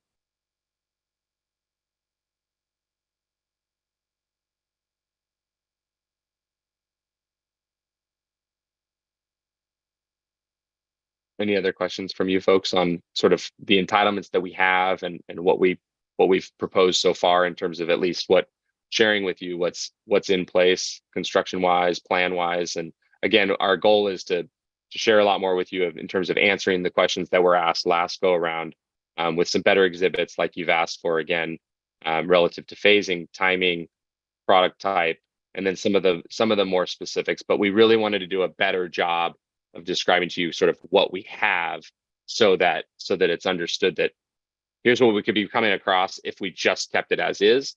And then, okay, but knowing full well, even if we stay in Wasatch County, right, any of the other areas that are not shown on this particular concept, we would still have to go in and get those individual track maps approved. They'd have to follow all those same standards for Wasatch County, et cetera. But we're sort of in that time where, okay, let's take a time out. Let's decide if we're all doing this, if we're moving over. And then if so, let's start getting that process going of, okay, what's going in here? What's going in here? But obviously that's a little bit, it's so hard to do for all of us because A, it's a big project, but B, it's kind of cart in front of the horse if we're talking about, well, what product's going down here in the corner, but we're not even annexed, right? We know we have to get there. Here's what we have. Here's what we're kind of asking for. Do we want to do it? Okay, let's do it. And then now we're in, and now let's get down to the nitty gritty on the next 4 phases and all that good stuff relative to timing and commercial, et cetera.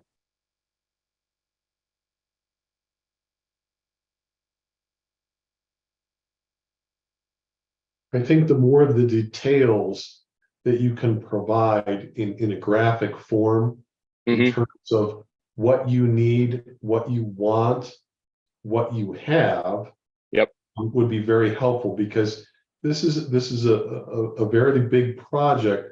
And I think if we break it down into manageable chunks, I think we can avoid, miscommunications and miscues. So to the extent you can break things down graphically, maps and things in terms of, what do you need? What do you want? What are the challenges? What are the issues? I think that would be very helpful, at least for me. Absolutely. Yeah, that's Patrick, what we're working on.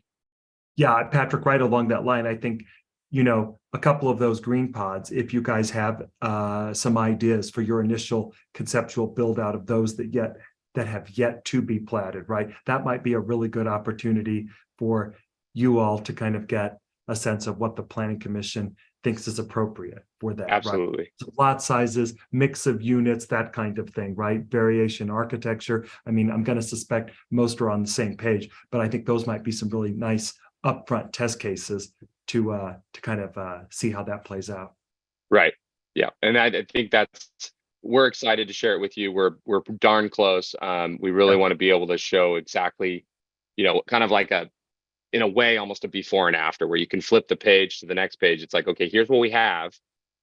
Here's what we're envisioning.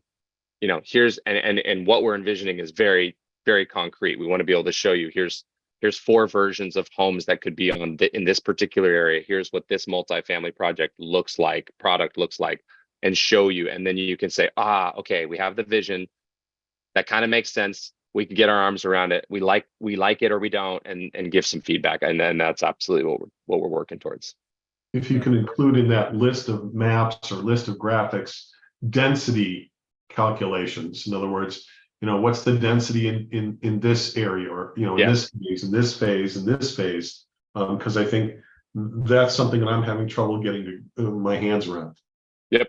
We'll be happy to do that. Yeah, we'll show unit counts, we'll show acreages that are sort of in those specific pods. And then what we're also going to generate is a kind of an open space map. So you'll see, okay, how much of this project's actually remaining completely untouched and things like that. So again, more visual examples that you folks can just, you'll look at and immediately know kind of, oh, okay, this makes more sense, where it's a little cluttered and kind of more like a idea bubble right now in terms of how it's been displayed. And Patrick, I think, and I guess for the committee, we've got in our packet on page 23, and I don't know if you have that, Patrick, but on page 23, it lists the ERUs and the acreages for all these pods. I don't know if it's different, if you have a totally different concept for that, or if it's similar to what we have in our package. Alicia, it's on page 23. I don't know if we could share that, but if you have a different concept plan, or is that still kind of what you're thinking? If that could be broken down in terms of phase, I think that'd be very helpful. Yeah, that's exactly right. I think we're still consistent with this here, and we were going to assign some timing to some of the, like the next phases, if you will. Sort of, we've taken 3 of these pods, we'll break that down, but we can make an attempt to sort of do it project wide, and maybe we'll color it such that it's like, here's sort of what we think is very likely, here's what's sort of next most likely, and here's what's sort of back burner, but it's there and we don't want to ignore it or forget about it. But again, we can assign some timing and some phases to those. But yes, this is still what we're working with, what you're looking at here. That's correct. Yeah, breaking it down by phase, I think, would be very helpful. This question's a little bit off topic, but does a golf course take more water? It actually, the good news is it can actually, to some degree, start to self-sustain, because if you get some of those ponds up there, and if you have a leer like we did this year, we're in real good shape, because a lot of that water gets reused and stays up on site and stays up above ground, and you can irrigate with it. And actually, frankly, the JSSD doesn't want to see those valuable water assets going to just water some lawns either. So it's actually, the benefit is for all, in the sense that being able to get a golf course up there. And again, that's another good example of something we want to show and share more detail with, is some of the visions for the golf course, if you will, because you see a lot of different versions of golf courses. There's some that are really green and lush, and there's others that are that look real nice, with sage all around them and native lands. And that's kind of the vision. There's a lot of really beautiful undulation up there, some really neat views. Again, we really want to get you guys up there to understand where that is on the property and what it looks like up there, because it's pretty spectacular. But again, the natural topography up there does lend itself for the drainage component, and again, also beneficial from a project level for drainage. If you put the golf course in the right place, it can be really beneficial for the subdivisions and the drainage of the homes. But if you put them in the wrong area, it can be really detrimental. So a lot of thoughts gone into that as well. But absolutely, really good question as far as water use. Patrick, just along that line, right now, have you guys secured enough water shares for your ERUs? Yes. JSSD, yeah, okay. Yeah. And there's some ways we can, create more efficiency, and we've done so with the district so far, in terms of, with your HOA guidelines and things like that, and your CCNRs, we can really put a really kind of, wouldn't call it aggressive by any means. I think it's what needs to be done for a lot of the area, but thoughtful, and a conservative approach to saying, hey, we don't need to have, everybody doesn't need their own football field in the backyard.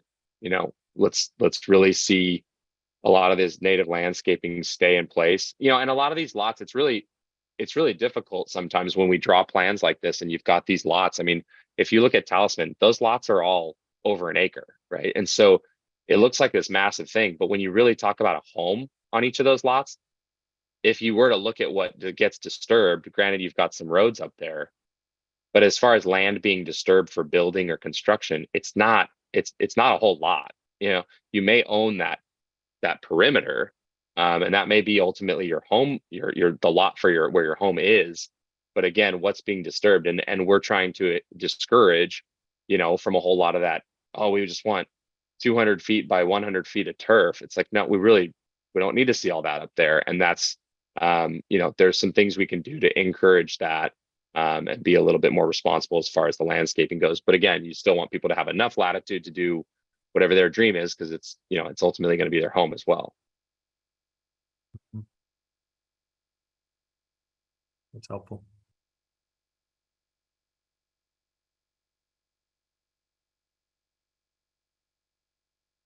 So again, being conscious of the time, definitely wanted to share with you folks again what we've got, and we're going to come back with a second prong of the same discussion, and come back with some better visuals for you folks to understand phasing, timing, what some of these products actually look like, what the next phases may be, when some of that commercial can come online, and again, a little bit better visual explanation. And then kind of make sure we've answered each of the questions that we've gotten from you folks in a series of meetings now, relative to some of the less fun, but some of the questions that have been raised about, who's maintaining what, and when does it get turned over, or does it ever get turned over, or what about this, the site next door, and if there's a road that goes through our site and their site, who's doing what there, and we'll be able to get you folks answers on all those items too, and so we can continue keeping the discussion moving forward. So yeah, I'll coordinate with certainly Jason and Patrick. We'll start to look at answering some of these questions. We can probably put together maybe another PowerPoint, start to hone in on a little bit of detail, answer the questions, maybe get into detail if it's ready on a couple of the pods, if you will, and then we'll bring that back. And commissioners, if there's additional information that you think of, certainly don't hesitate to reach out to me as I coordinate with Patrick and Jason. Thank you, everyone, for the time. Appreciate it. Yes, thank you. Thank Have you, a good evening. Patrick. Appreciate it. Thanks, guys. Thank you, Patrick. Item 3 on the agenda, discussion of a potential new residential casita zoning designation. This pertains to the Bloom property. This actually does pertain, I should say, it was initiated by a discussion held early on with Jenny and Brian from the Bloom property, but it's also kind of a bit of a result of different cottage discussions we've had with Nate and other developers, the opportunity for that diversity of housing product. And so this proposal is for a new zoning district designation in the code.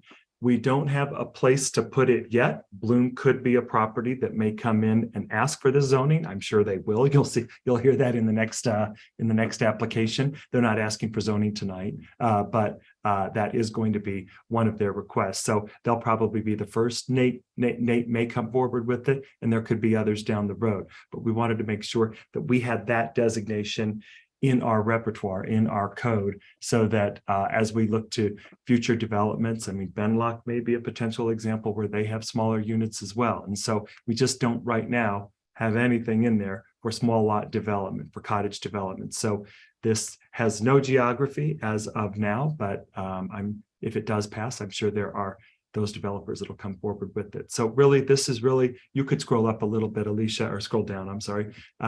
This is really just to allow smaller developments. We've got it outlined as in the purpose statement to allow for the small developments that could be in addition, an additional room type for, say, a hotel, lodging, timeshare, other shared use facility, or as part of a planned mixed use. The cottage concept has been something you've heard from other people that they would like to consider. And so this just gives that allowance. If you scroll down to the next table, Alicia, you can see that this table has some empty spaces in it. This is how our table is laid out in all of our zoning ordinances and all of our residential districts in the zoning ordinance. And so as you walk down it, if it's got a P, it's a permitted use. If it's got a C, it's a conditional use. It would have to come back to the planning commission, meet certain criteria, and then it would be allowed. If you take a look at this one, you'll see that it does allow for single family detached units. That's its by design, small cottage development, or single family units. And then if just up a little bit, Alicia, in the community section, the conditional use could be an amphitheater, church or worship center, or a community center. Those are conditional uses in most of our residential districts. You scroll down a little bit, Alicia, you'll get into the commercial area. You can see that, oh, we did also allow for swimming pool and bathhouse, which could be kind of a resort amenity. You scroll down to commercial, a fitness center, a wellness center, less than 2,500 square feet. We'll need to put square feet in there. Could be a conditional use if we scroll down a little bit more. Maintenance facility, if these were, owned by a hotelier or a developer, you certainly want to make sure that there's a facility to maintain them. Again, small office or personal services center could be a receiving center, that kind of thing for office or personal services. On site could be permitted by way of a conditional use. Again, that comes back to Planning Commission. It's not by right. And then a small restaurant. Again, this is kind of creating that kind of camp feel, thinking of maybe almost the casita zone that Bloom did make a recommendation for. This kind of creates an opportunity for people to kind of walk to a restaurant, gather, not have to get into their car, and maybe enjoy a small restaurant. So again, this layout is exactly how we've laid out all of our residential districts. If you scroll down a little bit more. Hey, Thomas, can I ask, what's the downside of doing this? I don't think there's a downside. We've long talked about this. Yeah, I don't think there's. So you're just putting in the code, and it still needs to be approved if anybody wants to make use of that in the code. Is that accurate? Right. If anybody wants to put it on geography, they have to come in and ask for it. Yeah, that's right. And can I just finish for a second? And if you don't have this in the code, and let's say the Bloom property came to us, then we'd have to put it in the code, or we make it an exception to the code by approving their property. I wouldn't make it an exception to put it. You should put it in the code. If you believe in small lot development, we should put it in the code. Okay. Again, you don't have to approve it on a particular site, Right. whether it's Bloom, Nate, or anybody else, but having it in the code gives you that option. Thank you. Why is short-term rental not a conditional use?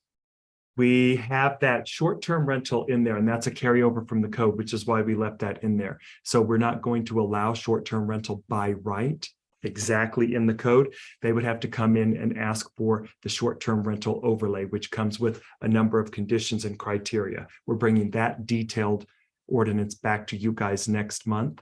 You guys have seen it 2 times now. We're still kind of tweaking some of the conditions in there, but we don't want to allow the short-term rental as a by right in any of the residential districts. It would have to come back as a short-term rental overlay district. So all of that will be outlined there.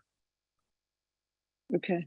Yeah, because right now where you see that short-term rental line, less than 30 days, we have that row in all of our code ordinances, but we don't have it checked anywhere as either permitted or conditional. We'll take care of that in the overlay. Okay. It's a good question, though. Good eye.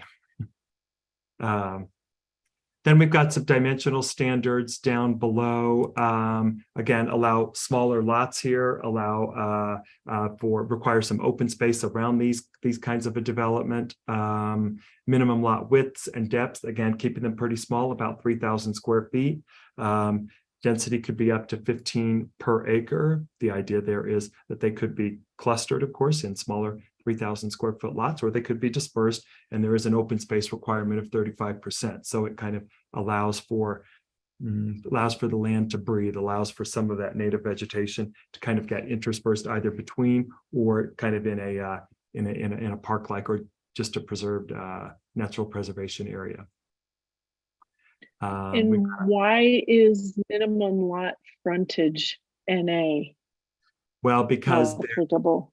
Because we suspect that as people look at casita development kind of tucked into the native vegetation, the woods, depending where it is, that they might have a single road, a single driveway that comes off of a road. So they won't actually have frontage on a public right of way. They'll probably be on a smaller private road. So that's probably something that we wouldn't want to mandate, because that would mean all of the casitas would have to be linear along a road, which is not really the intent of the casitas. We still have the minimum lot width to keep the 50 feet wide, but it can be kind of tucked into the woods, tucked into the vegetation.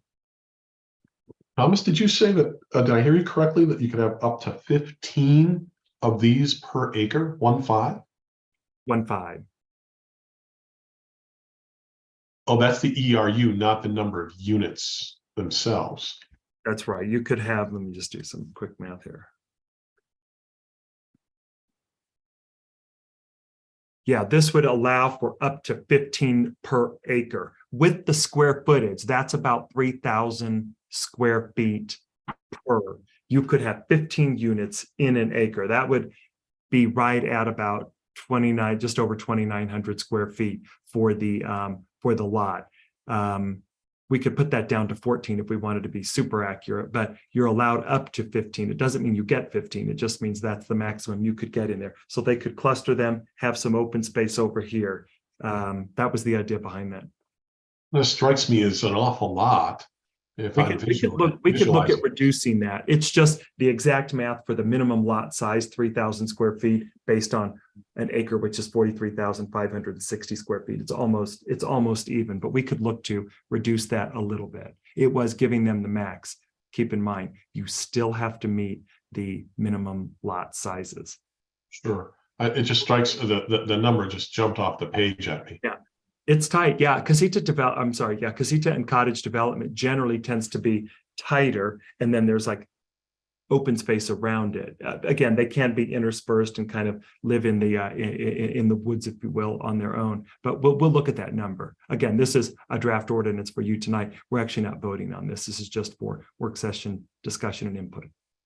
So that's a good point. Thanks. I also had a question about minimum parking. For the non-residential units, if I understood it correctly, there were 2 spaces. That strikes me as a little low for non-residential units. Help me understand that a little bit. So that should be for residential units. That's right under driveway garage. You see it's for residential units. If they bring in a restaurant or something like that, that does have to meet the code requirement for that particular use. All right. And then for non-residential, is that just not listed here? Maybe perhaps I just misunderstood it. Non-residential is that top one conditionally. So that would be, say, if you brought in a restaurant or something like that, you would have to meet the restaurant use. If you brought in a spa or a fitness center, you have to meet our parking requirement for that. So that's based on what you bring in. All right. Now I understand. Thank you. And that would come before the planning commission. Those do come before the planning commission for review and final approval. And really, other than that, we've kind of got driveway lengths, widths, pretty standard, just to make sure we can get cars in there. And then if you go down just a little bit, Alicia, we've got some pretty typical maintenance requirements that we've got in the other residential districts as well. It's kind of some cross-referencing to some of our development standards and building code standards. And really, that's it. As I said, that framework is the framework that we've used for the other residential districts throughout the ordinance, and so we're trying to keep consistent. When I was getting ready for today, I thought I detected a difference between the draft for this and the draft for the Bloom, in that the max height for one was listed at 25 feet or 2 stories, whichever is less, while the other one was 25 feet or 2 stories. So we in our ordinance, so in the draft language you saw in the Bloom report, when we kind of were just creating this and discussing it, that's very, very draft language. That's initially what we discussed with them. As I brought it over to our ordinance, I didn't want to change that language and confuse anybody. I wanted you to still be able to see what we talked about there and bring it over here with some more specificity. But per our code, we do have the less of the two, right? You have to be either 25 feet or 2 stories. You have the more restrictive of the two favors the town, right? And so we just carried similar language over. If there's a discussion point with Bloom or Nate that make something undoable, we'll certainly coordinate that with you and bring it back, but we just had to match the language. Okay, thank you.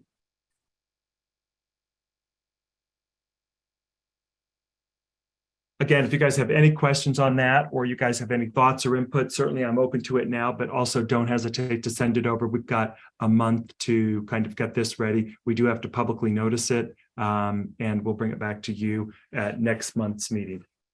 As a reminder, we're also bringing back short-term rentals. Thomas, the only thing I would look at is the maximum density, maybe lowering that a little bit. Yeah, and we've talked with Ryan and Jenny a bit about that, and they would be fine with that being lowered as well. I just put that up at the higher number because that was the equivalent of the lot width and lot depth. We've kind of done that in the other zones, knowing that they're not going to quite get there based on the area and bulk standards, but it probably makes sense to pragmatically reduce it. We'll bring it down. Do we have any other questions in regard to anything on this that any of the commissioners would like to see have looked at?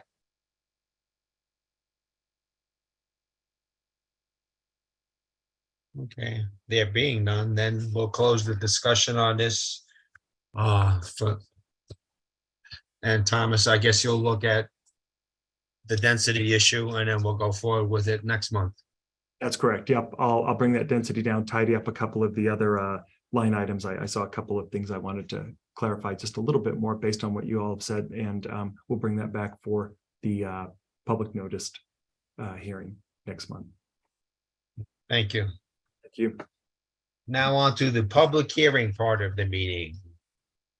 Discussion and possible recommendation to the town council regarding an amendment of the official town of Hideout zoning map to rezone the Bloom and Hideout development from Mountain M zone to neighborhood mixed use, residential 3, residential 6, mountain residential, residential 20, and natural preservation.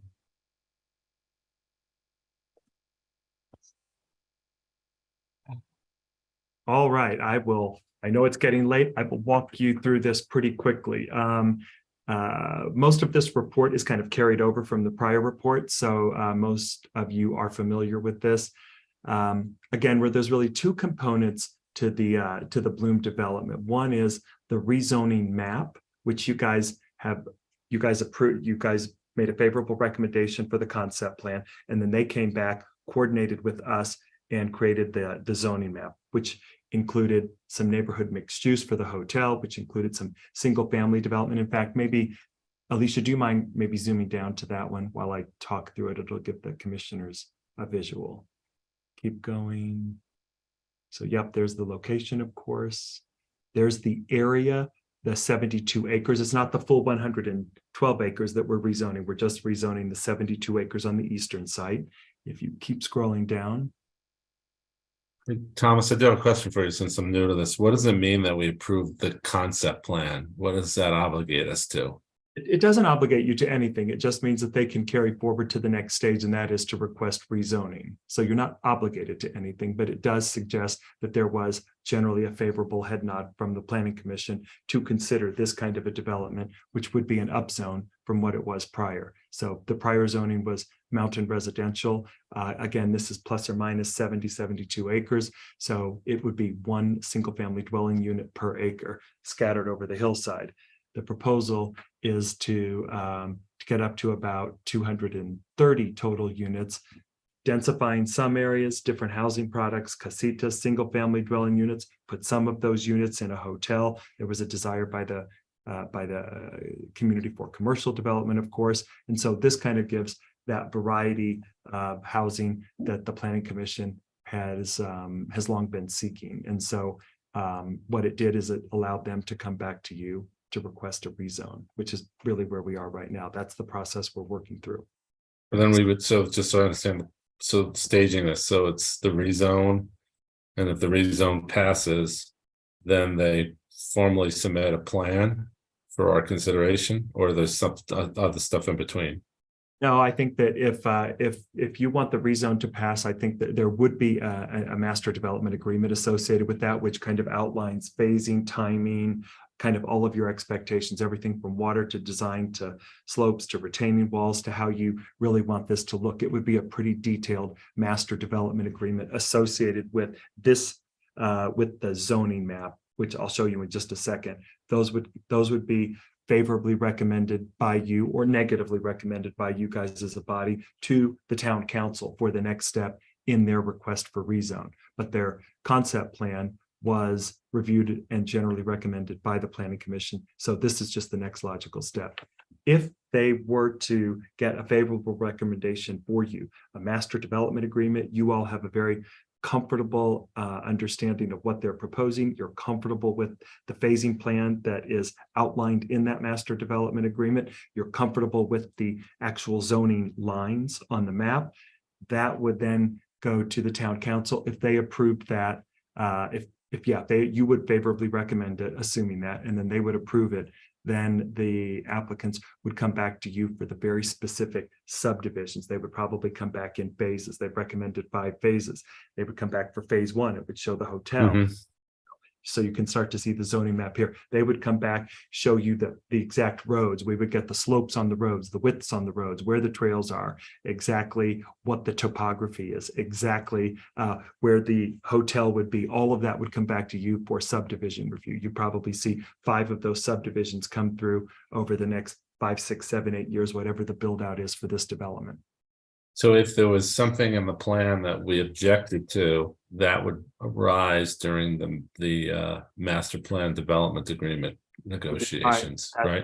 That would arise right now. That's exactly right. Over this period of discussion, that would be the right time to bring it up. If there's something that you're uncomfortable with, that you don't feel is going to work with, that the planning commission feels is not good, you would bring that up now. Yeah.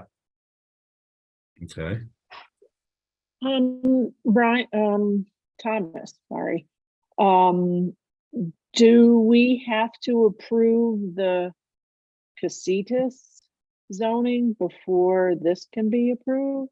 That's right. So we're not asking for any approvals tonight or any recommendations. To be clear, we're in work session mode right now, right? And so we would have to have that residential casita zoning recommended by you all next month and then approved by council before they can actually request that zoning the following month. That is correct. That's the order. Okay. Yeah, that's right. So yeah, you can see here, this is the recommended zoning for the concept plan. And we worked pretty closely with Ryan and Jenny on this and their planner, landscape architect, designer, Brad. And so you can see what you've got here is at the very bottom where you enter the hotel. You've got the neighborhood mixed use, makes complete sense down there. We've got a little bit of multi-family over the commercial. That was a request by the planning staff and planning commission. They did that. They've got the hotel down there. There's some little townhouses. And then you can see just to the north of that is I think I can annotate, sorry. You could see that's this area, neighborhood mixed use with the hotel, et cetera. Then you've got the townhouse area that is actually in these 2 areas. And so that would be a little bit higher density residential zoning request. You've got I think, casita zoning here. They initially came in asking for neighborhood mixed use because it was the only zone that really allowed small lot development, but it's not really the ideal zoning for that, which is why we reconsidered the idea of incorporating residential casita. You've got neighborhood preservation in this green area. You've got the casita zoning up here where they're proposing to preserve much of the landscape rather than mass grading and scraping. And then you've got single family zoning over here, single family zoning here, and then a couple of big lots here, which are mounted residential, which is what it is actually zoned right now. So the proposed zoning map from a delineation perspective, the lines on the map is quite good. It matches very nicely to the concept plan. I know that Jenny and Ryan would like to talk to you guys a little bit about that tonight. They're not asking for a recommendation, but they are asking if you all are comfortable with the map generally, so that they could maybe take that, maybe asking for a handoff to the town council. Could they start to get input from the town council just as they try to keep their schedule on track? Would you be comfortable with them taking that to council just as a work session? There's no formality to this. They're just getting input. Take that to them and then bring it back to you with their input. So you'd actually get their input a little bit earlier. The reason they would like to do that is they want to keep, they've got a hotelier that they're working very closely with. They want to keep that momentum going. They've got the hotel as part of a development in phase 1, which is something that you all asked for. And so they'd like to keep that going.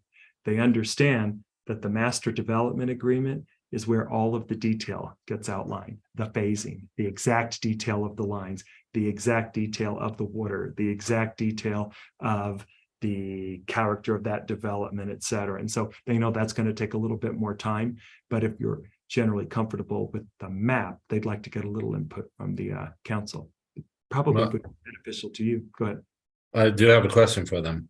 So I remember from the last time we talked a little bit about the commercial, and I think your concept was to try to bring a grocer in there. And I remember my immediate reaction from my experience was the footprint that you were planning to bring in a grocer that would really be meaningful to the area was way too small. So I'd like to talk Peter, about that a little bit. can I talk, Yeah. Thomas, for a second? Yeah. This is Jenny. Can you guys hear me?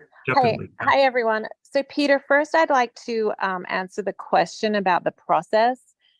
Since you asked about where we are in the process, I want to make sure that Ryan and I understand it as well, and you all understand. So we're very clear on what needs to happen to get this done and utilize everyone's time the best. So we presented a concept application, and the concept application, Peter, was for density. It was for commercial. It was for the concept of what would be in all of them. So I believe you had missed those. So that's why I think it is great for you to ask the questions and get up to speed on that. The concept plan was given feedback to us. We came back, we changed it. Everyone agreed to it. So once the concept was locked in, the concept is what we believe the density, it is the locations of everything, it's how many square footage. Originally, we started with 20,000 of commercial, we upped it to 35. And once that was approved, we locked it in. The next step in the process is the application and paying for the application for zoning. So we don't reverse back to the concept. Now we're on zoning of what was approved by the Planning Commission.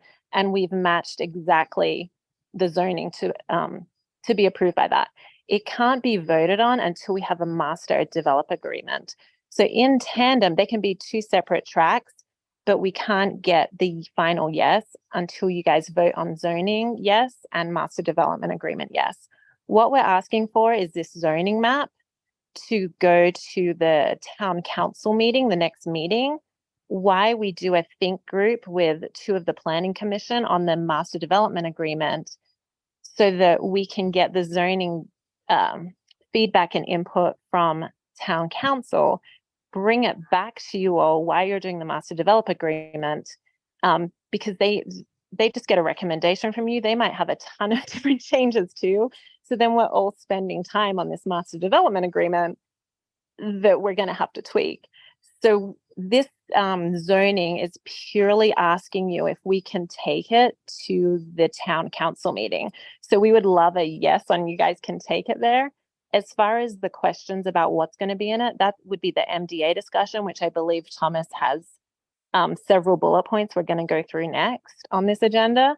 And in the MDA discussion, we'll be talking about any of your questions and hearing your feedbacks on that. And we're going to be doing think tanks, and we want to work as a team with you on what you think about that. So what's going to be in the commercial, I think, Thomas, that would go on the MDA section, versus this question of this zoning can go to town council for their feedback. Is that correct? Yeah, so when it gets, so for example, where the hotel and the commercial would be located, it's NMU, neighborhood mixed use. Neighborhood mixed use allows for retail, it allows for bars, it allows for cafes, restaurants, office space, et cetera. And so it's pretty open in terms of what it allows by design. That's what we want. You have to give flexibility to the market. If there are particular things that we all want to see in there, that you all want to see in there, they're in agreement with, say, a hotel, for example, that is an allowed use in the NMU. That would be incorporated into the MDA, that a hotel is a part of this project. If there's something additional that is definitely wanted in that area, say it's a grocery store, 30,000, 25, 30, whatever thousand square feet, that'll go into the MDA. That's right. That's where the detail goes. Got it. That's very helpful. Thank you both. Yeah, and Peter, just to answer your question, we've been looking at it as a 3-day market. It's somewhere between 4,000 to 8,000 square feet. It's what people need for 3 days. It's less a grocery store that's the 10,000 to 15,000. But we're open to what the area requires with growth and the demand. And those discussions are still open to having as we do this brainstorm on what to put in the MDA and how to incentivize the best result for the area. Okay. That's helpful. Thank you. Yeah, just for clarification, when I was thinking the 30-35, I'm thinking all the commercial, and you could have a small grocery, you might tuck in a restaurant, you might tuck in other things. That kind of creates that critical mass. I noticed that in the documents that were presented tonight, with respect to phasing, there's a hotel and commercial pad listed. Does that mean that you're not going to be constructing actual commercial space and that there'll just be a concrete pad there? Or there will be an actual structure to house? Yeah, so I just want to make sure we're doing this in order. What we're asking is for zoning to go to the town council for them. And then if we go to the master development agreement, we'd love to talk about the phasing and everything there. I just want to make sure they're two different topics and we're not jumping to that second topic.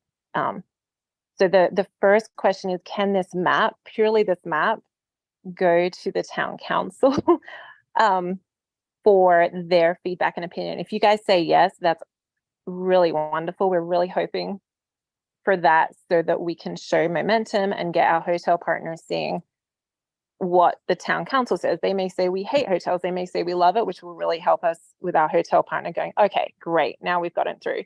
The MDA, which is right under this, has all these things you are all talking about, but it's a separate process. It runs in tandem with this map.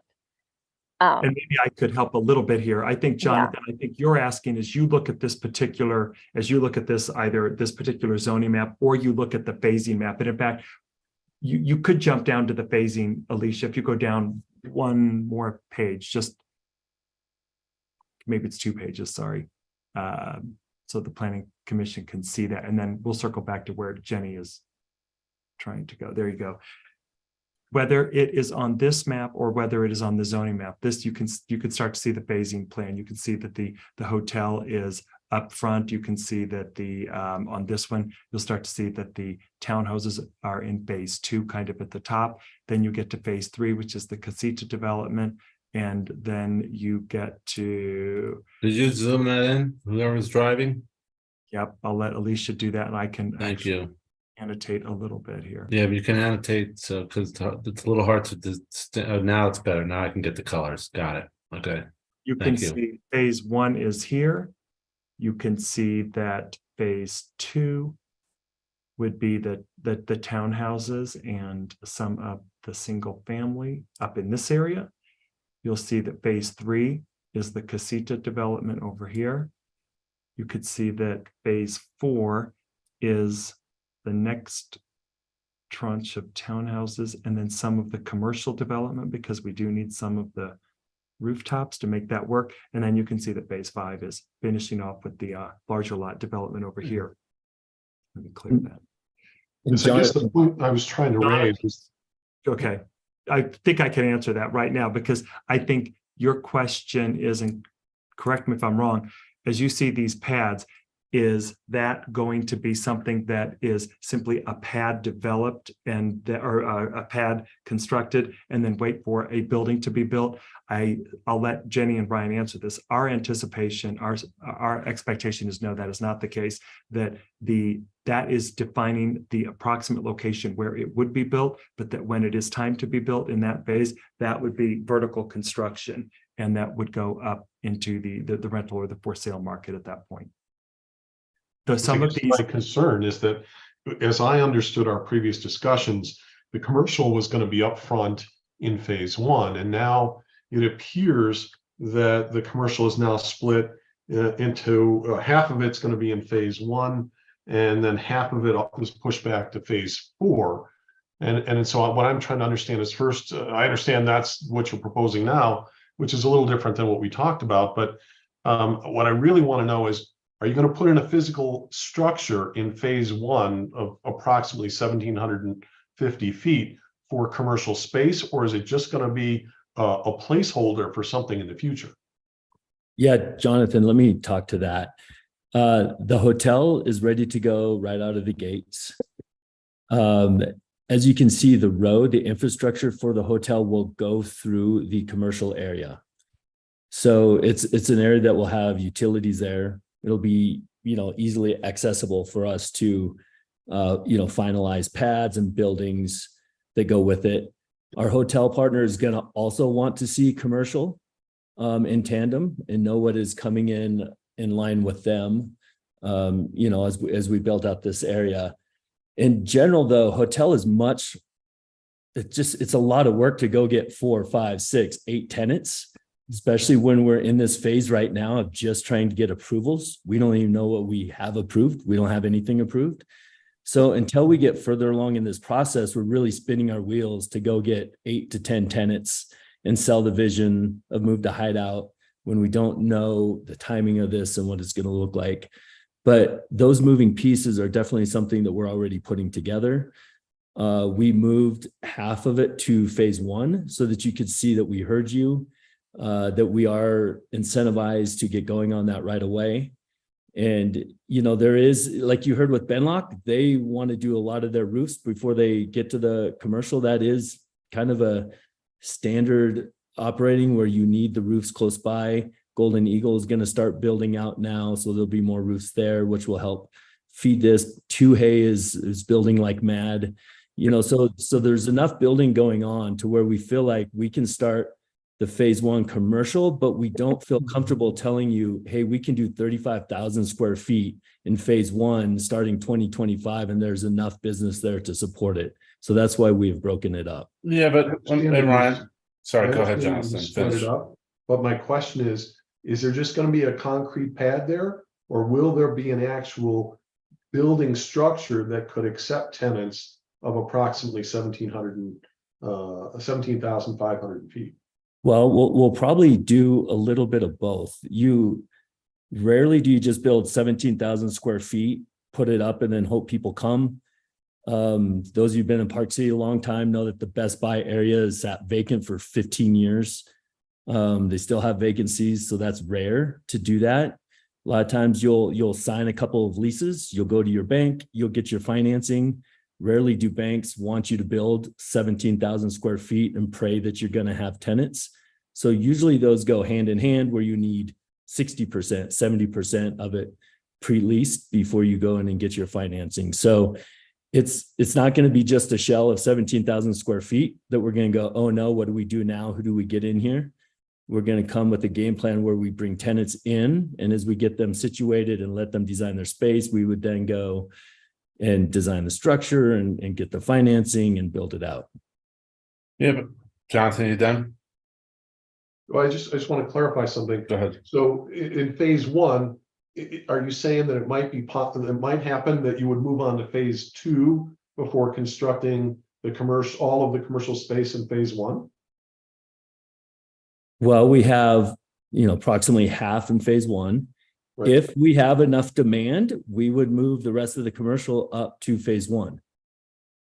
Is the inverse also true, that if you don't have demand, you're simply not going to build the space in phase one? I don't believe that's how the phasing works. I think if we were to move it or needed to move it back, we would have to come to you for approval of that. That is definitely not our plan to move the phase one commercial back. And if we're talking about a structure, not a concrete pad, right? I can't commit to a structure, Jonathan. We haven't even, we haven't even got the planning commission or to town council to start selling the land. We've pulled miracles out of our hat. We have Starwood Capital with AJ Capital Partners as our hotel flag, which is one of the biggest flags in the hotel industry. So, hey, I think we can do this. We just haven't focused on the commercial, quite honestly, yet. Yeah, and I'd like to add to that. A lot of you don't know, but we have a big commercial background.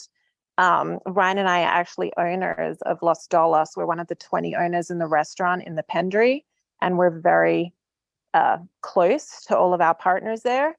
And so we have filled commercial space and down in Salt Lake City, demised it, brought in tenants for other investors, not ourselves, with a 6-month time frame, and we did it in 3 months. It's just there's a time when you can go to these commercial vendors and lock them up to LOIs. Now the hotel would like us to have 1 to 3. They'd prefer 3 letters of intent before they start digging. So it's a quicker process to get the commercial in, but whereas the hotel will get in now and cheer for us and come on these meetings. Commercials, partners, they're called retail, actually commercial. Retail commercial is what this is. It's not industrial commercial, other things. The retail commercial are smaller vendors. Usually you have the developer in the middle, we build the pads, but we don't build the structure until we get the cafe person saying, hey, I want 3,000 square feet. I want it to look like this. And then you do the tenant improvement with them and you join with them together. So the process of getting commercial in will probably be once we get zoning done and we're on final application, we'll lean in very hard to start getting those letters of intent for commercial. So what we're struggling is we'd want to be really authentic. We don't want to see pads sitting there either. We want this to be a thriving community, but we also don't know. But if we were going to bet on people, we're going to bet on us. And we have history in this. We have commercial retail vendors as our clients that have been looking for space in Park City that are very, very intrigued on this. But we don't have them locked in yet. It's just not the time to lock them in.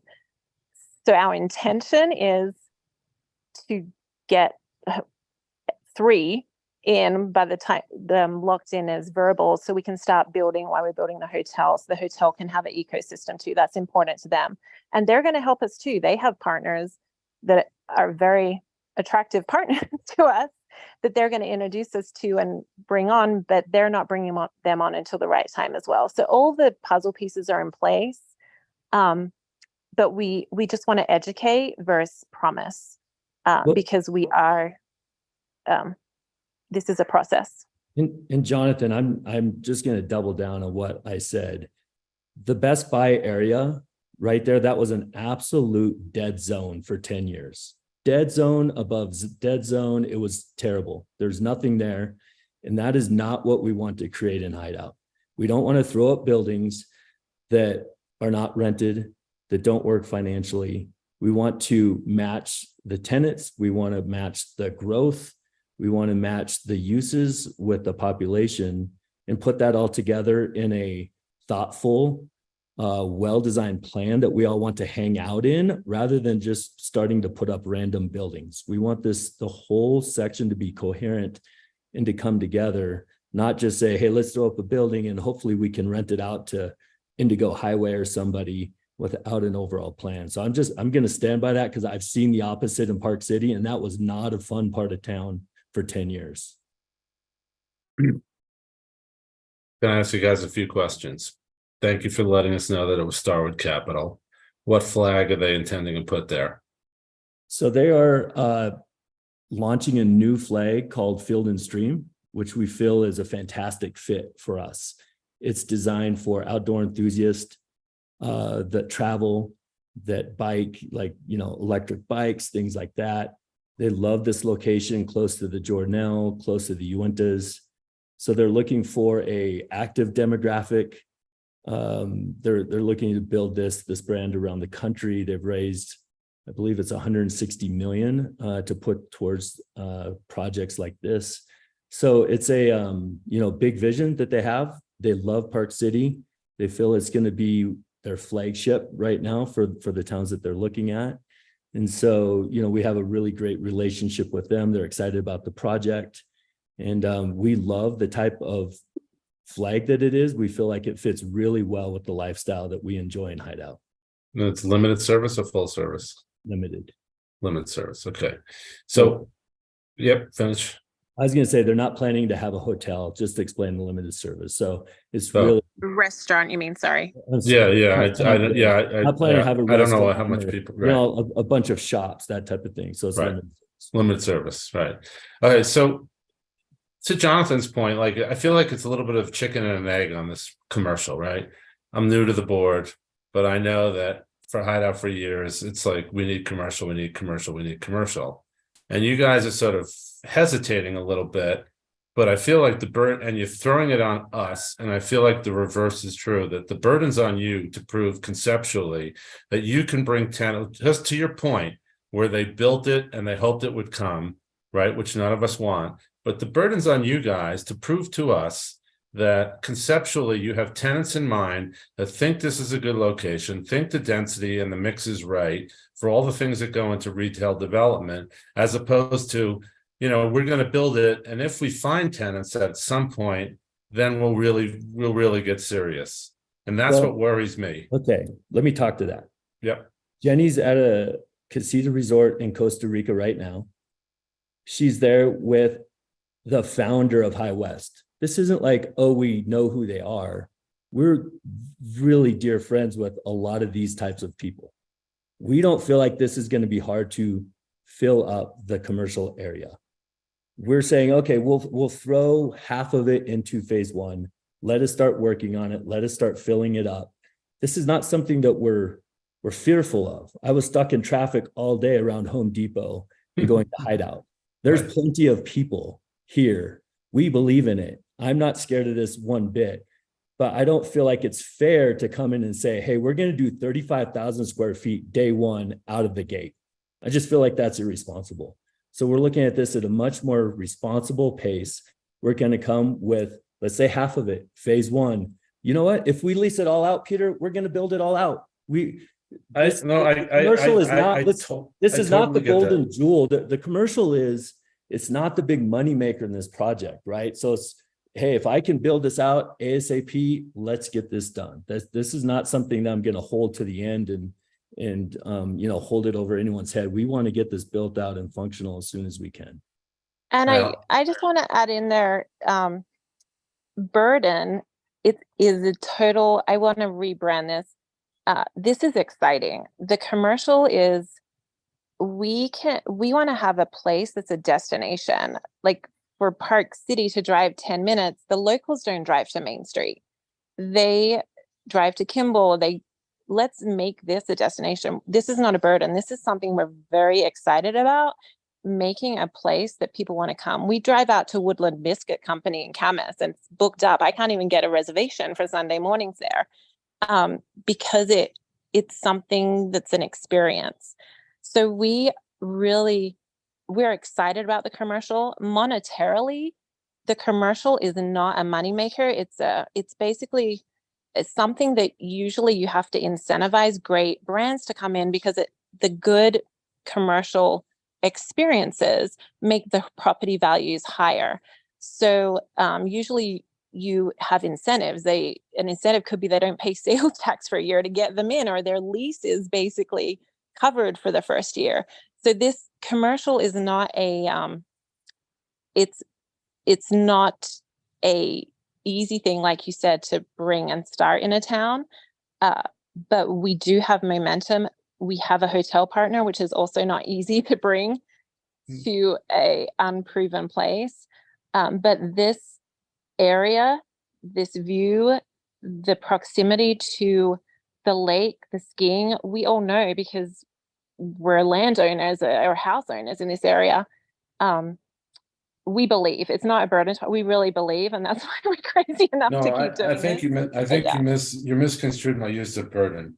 I'm saying that I think you guys have the burden to prove to us that conceptually this can work. And that would be like, your list of who have you spoken to? Who has expressed interest? Send us a list of tenants. Hold on a second. Let me, Peter, we got Starwood Capital, I Starwood. understand that. I'm thrilled. Come on, I they asked don't you, get any I asked bigger you than last, that. I asked you last meeting, you wouldn't tell me who it was. Now you're telling me it's Starwood. I'm thrilled to hear it's Starwood. Kudos to you guys. I've done a lot of hotel deals. I know Starwood. Fantastic. So, Peter, you may have missed in the concept meeting, Ryan and I pitched 20,000 square feet. We were asked to up it by the Planning Commission to 35,000. It wasn't us that wanted the 35,000 square feet. It was a great request, actually, because as the town grows, there's not much other land to put commercial on. So to have that up the back sleeve, 20,000 square feet is about 8 to 12 vendors. 8 to 12 commercial is a lot for a hub. 35,000 is a huge amount for this small area. So we put 17,500 in the first phase. Usually that would be in the second phase after you have townhomes built and people that want to use them is why vendors come in. A lot of vendors use the economic model of what is in a radius, how many people. That's why builders have to build development before they have commercial. So as far as who we have placed, I don't know if a lot of you know, but I built my own tech company. I was the COO of a tech company that's worldwide. We moved to Park City because of artificial intelligence said that this is the place where everything's going. So my job was to find us leases and do all of this stuff. And so I had an analysis of every single place for lease in Park City. We are owners of restaurants and we have to help find places there. We have 20 other owners that also would like to own. We have a very legacy restaurant in Park City that had Ryan and I shopping them for sale. We can't mention who it is, but we met all the people that want to buy in Park City. Ryan and I have that list of people ready to open restaurants in Park City. We have people, we travel to other lifestyle locations. We have a list of clients, very well-known clients. If you look at my Instagram page of who I'm standing with on Main Street, looking for retail spaces of high-end clothes in Park City. We can't say names because this is a public meeting and we have clients that are very confidential. But this is what we do. We're smack bang. We have a wine location that's looking for a location. We can't say their name, but we have these clients and they've been looking for several years. This isn't getting commercial space isn't hey, put it out on the MLS or put it out there and you get someone. This is a long process and we're well into the process with several commercial places. Okay.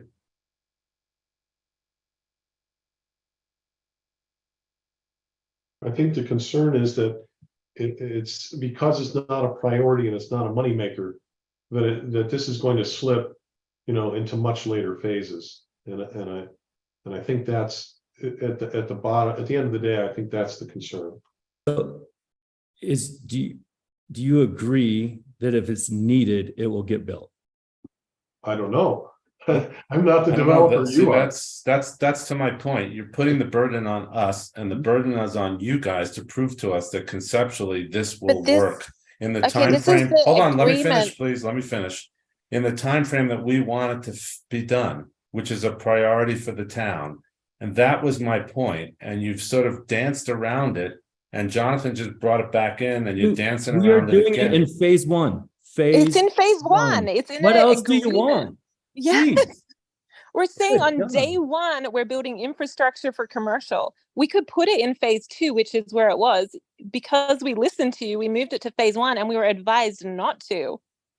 And now you're telling us, I don't understand. We can't put it in phase -1. We put it at the top. No, that's not what I'm saying. I'm saying This is unproductive. I'm not going to It continue. is. It is. It We've is. It's answered it till we're unproductive. blue. I agree. We've answered it till we're blue in the face. It's phase one. We are starting with 1,700, 5,000 square feet. We are going to work our tails off to get this done and up and built. I'm sorry that's not enough, but that's what we have. It just is what it is.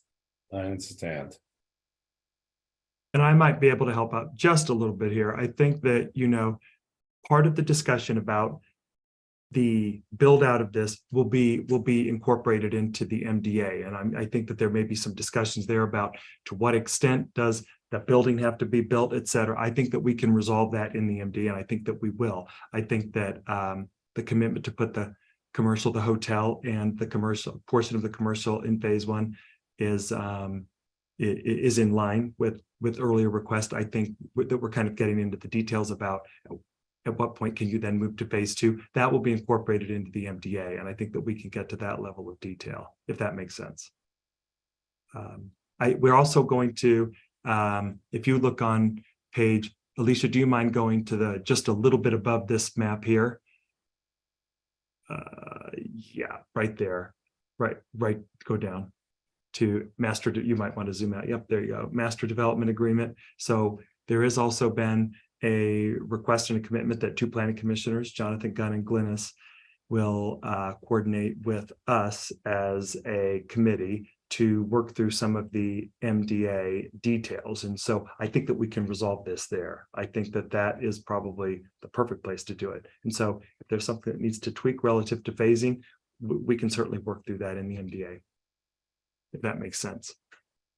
I think we're at loggerheads over the difference between leaving a concrete pad and building space for commercial tenants. And I think that's where we're at loggerheads. Agreed. And I think that we can hammer that out with the MDA. I think that committee is probably a good opportunity to really get to some details and a bit of compromise there. Peter, if you want a shell is not expensive. We will build you a shell. Hey, that's the last thing I want. That's right? The last thing I want. That's the last thing everyone in town wants. That's the last thing I want. If you want a shell, we'll get the shell going. No, I want to understand that it will work and be successful. That's all my questions are about. Yeah. I don't have any doubt that it'll work. I know you say that, but I'd like to understand better how that. It would be nicer if we would be allowed to build 96 townhomes before we can open a coffee store. But, right? So I get it. We're all on the same page. Thanks, Peter. I understand. I totally get it. Number two on this list, I'm going to walk through these MDA things and then come back to the zoning map, just since we're on this roll. Number two, based on what we have heard from the Planning Commission on prior meetings, is that you definitely want to see that phasing map and table. As you can see, we've already jumped into some of the phasing discussion. This is something we'll really want to hone at that committee level and then bring back to the Planning Commission. This is where the rubber hits the road. It's where it gets nitty gritty. It's where the lawyers get involved. It's where the detail takes place. It is a pretty thorough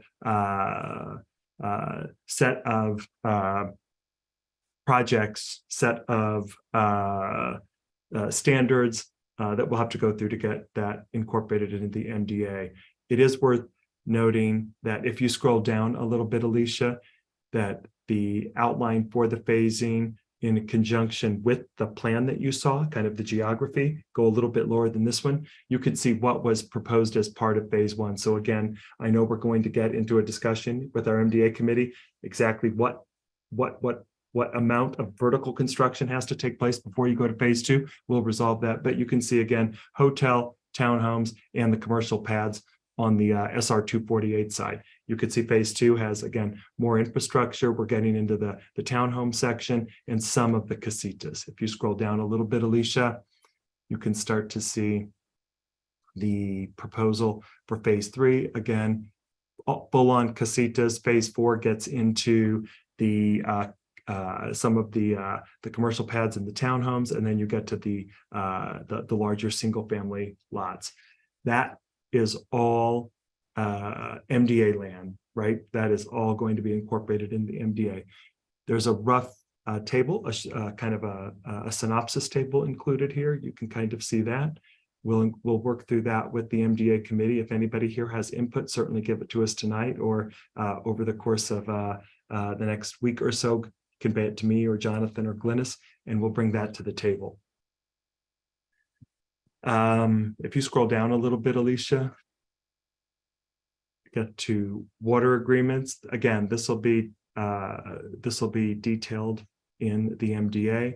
The applicants do have the water necessary, the water requirements necessary for phase 1. At the end of the staff report, you may have seen in the exhibit the commitment to water from their attorney.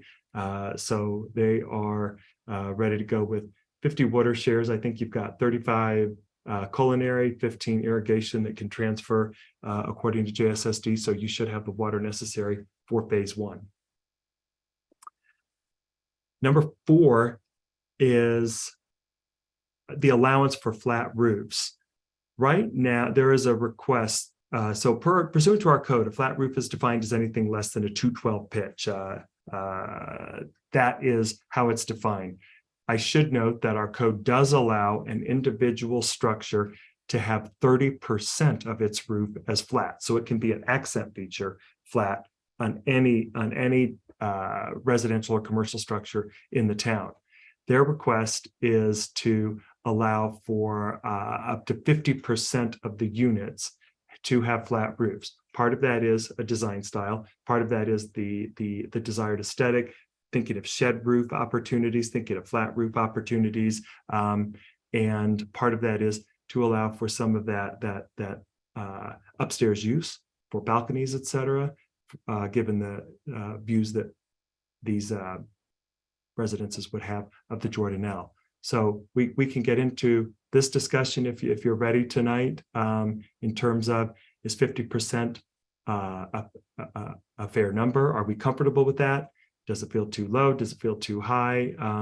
We can get into that discussion. If any of you have any particular thoughts, we're all ears. To see a slightly lower number, half the structures, I'm not sure it fits in with the town kind of ethos, if you will. So if you could consider some lower number, I think that would be good. What if some of those flat roofs were living roofs? That's our plan, actually. That's why I like the flat roofs, because I'd love to have spaces like that. Living roofs, we're talking about green roofs. Right. Yeah. So you have Yes. decks, you have plants, you have grasses. Yeah.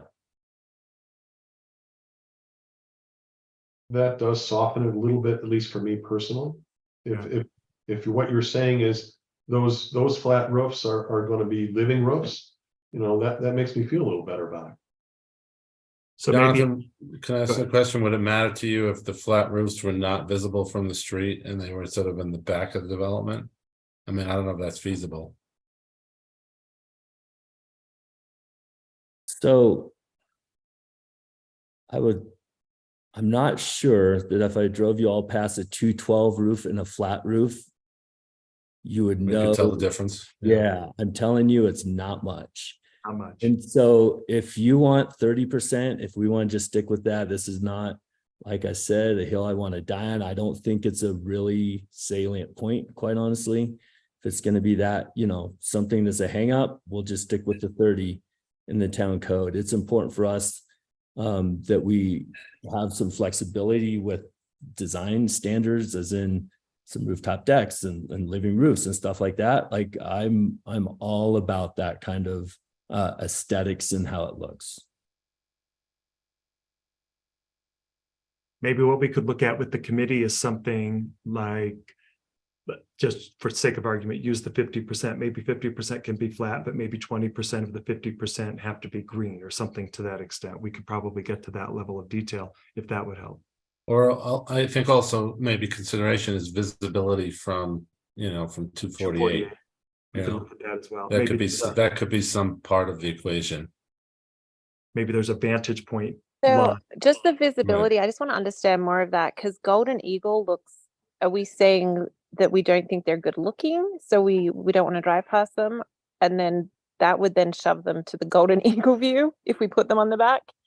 But I don't think, if the concern is they're not good looking, we don't want anything not good looking. Can we just write in our MPA, nothing's going to be not good looking, please, from the freeway? We want it to look great.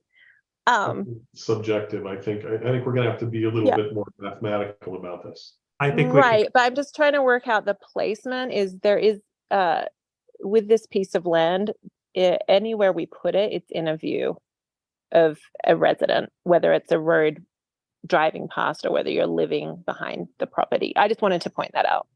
And typically flatter roofs, 212s, flat roofs minimize the view obstruction.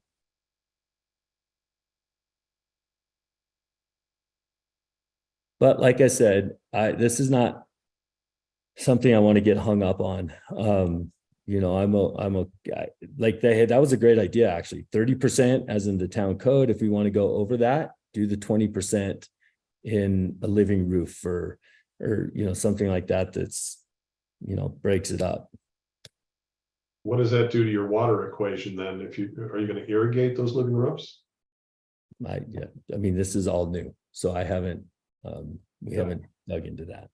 By definition, a green roof is water sustainable. And it should be like xeriscape, if everybody knows what that means. That's what green roofs are about. Capturing rainwater, recycling rainwater, and not using water resources beyond natural resources.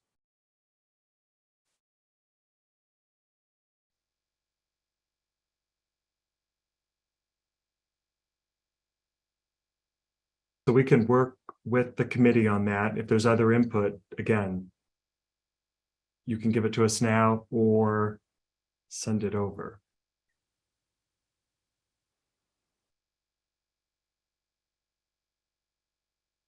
I'll move on. I know in the interest of time. The underpass overpass discussion with regard to connecting either the east-west or really in this case the north-south side of SR 248. The applicant is recommending $1 million dedication for an overpass or underpass. It's really up to the planning commission to determine, is that an adequate amount? Does that get you where you want to be? It's a significant contribution. We're still trying to determine what an actual cost is for a tunnel. It's actually cost have kind of gone up and down, and with inflation and now the supply chains are actually getting a little better, but it's still a little bit of a hard to pin number. We're still working on that, but any initial input until we get a much more clear number.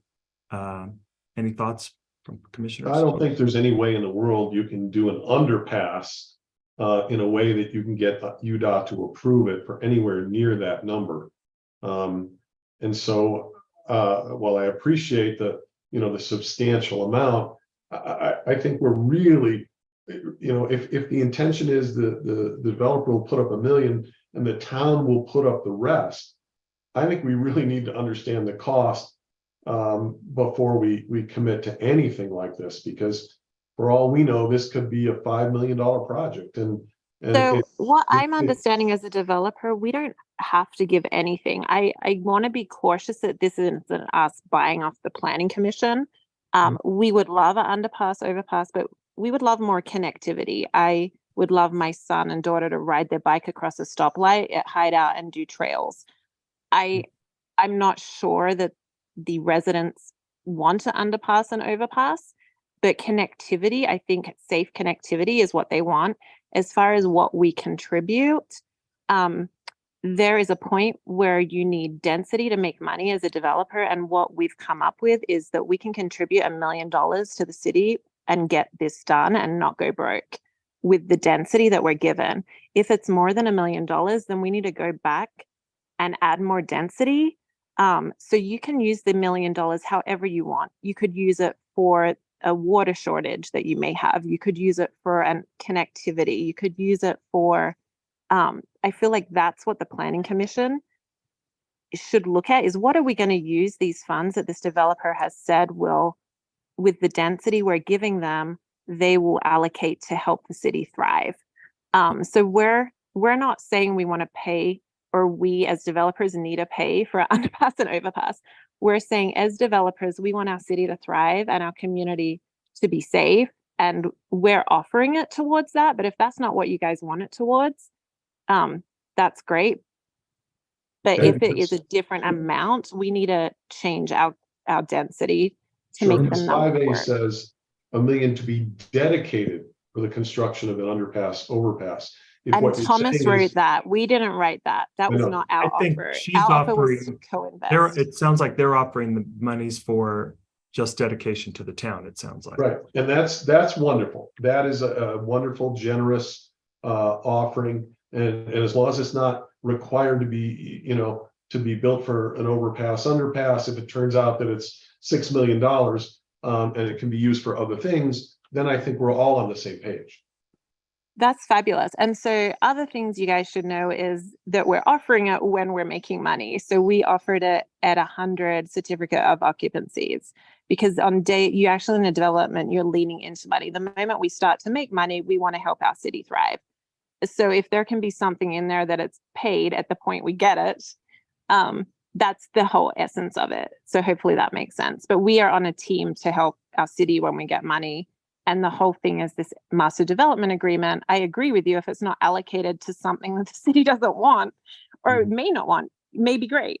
But that's what it is. And we're happy to work around that, however it is. But I think we should all understand that so that we can make it a great thing for our city. Fair enough. Thank you. And Jonathan, also a little background. The previous developers offered 2.5 million towards an overpass, underpass. They had 600 units of density on this land.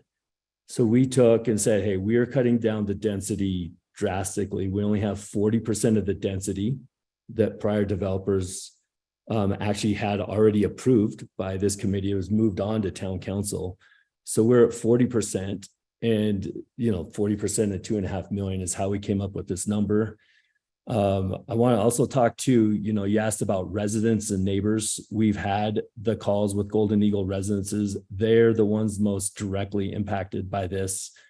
Predominantly, they're in favor of it. They know that this is a much lower density number than if somebody were likely going to come in and ask for. So our neighbors like this. They appreciate it. They appreciate what we're doing. They appreciate what they're looking at, where we put the hotel, those kinds of things. And so, that's where this money comes in, is saying we're part of the town. We want to help the town. We want to help connect the town, and we're willing to use that in different ways. Also, if the town says overpass, underpass is our number one priority, well, let's do that. If the town has other priorities and they want to do something else, then we're on board for that also. Fair enough. I think that's very generous. Thank you.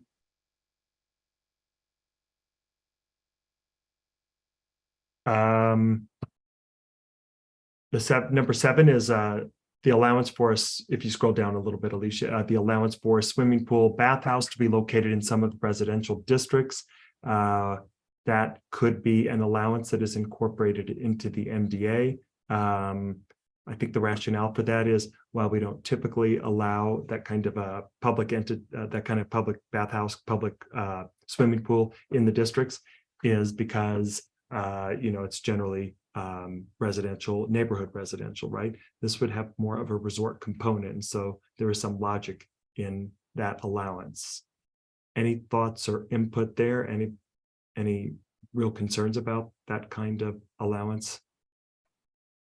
Is there a reason we skipped 6? That's what I was going to say. Oh, Yeah. sorry. I'm just curious. Sorry. Okay. Well, let's do the swimming pool since we're on it, and I Okay. missed 6, so we'll get that back.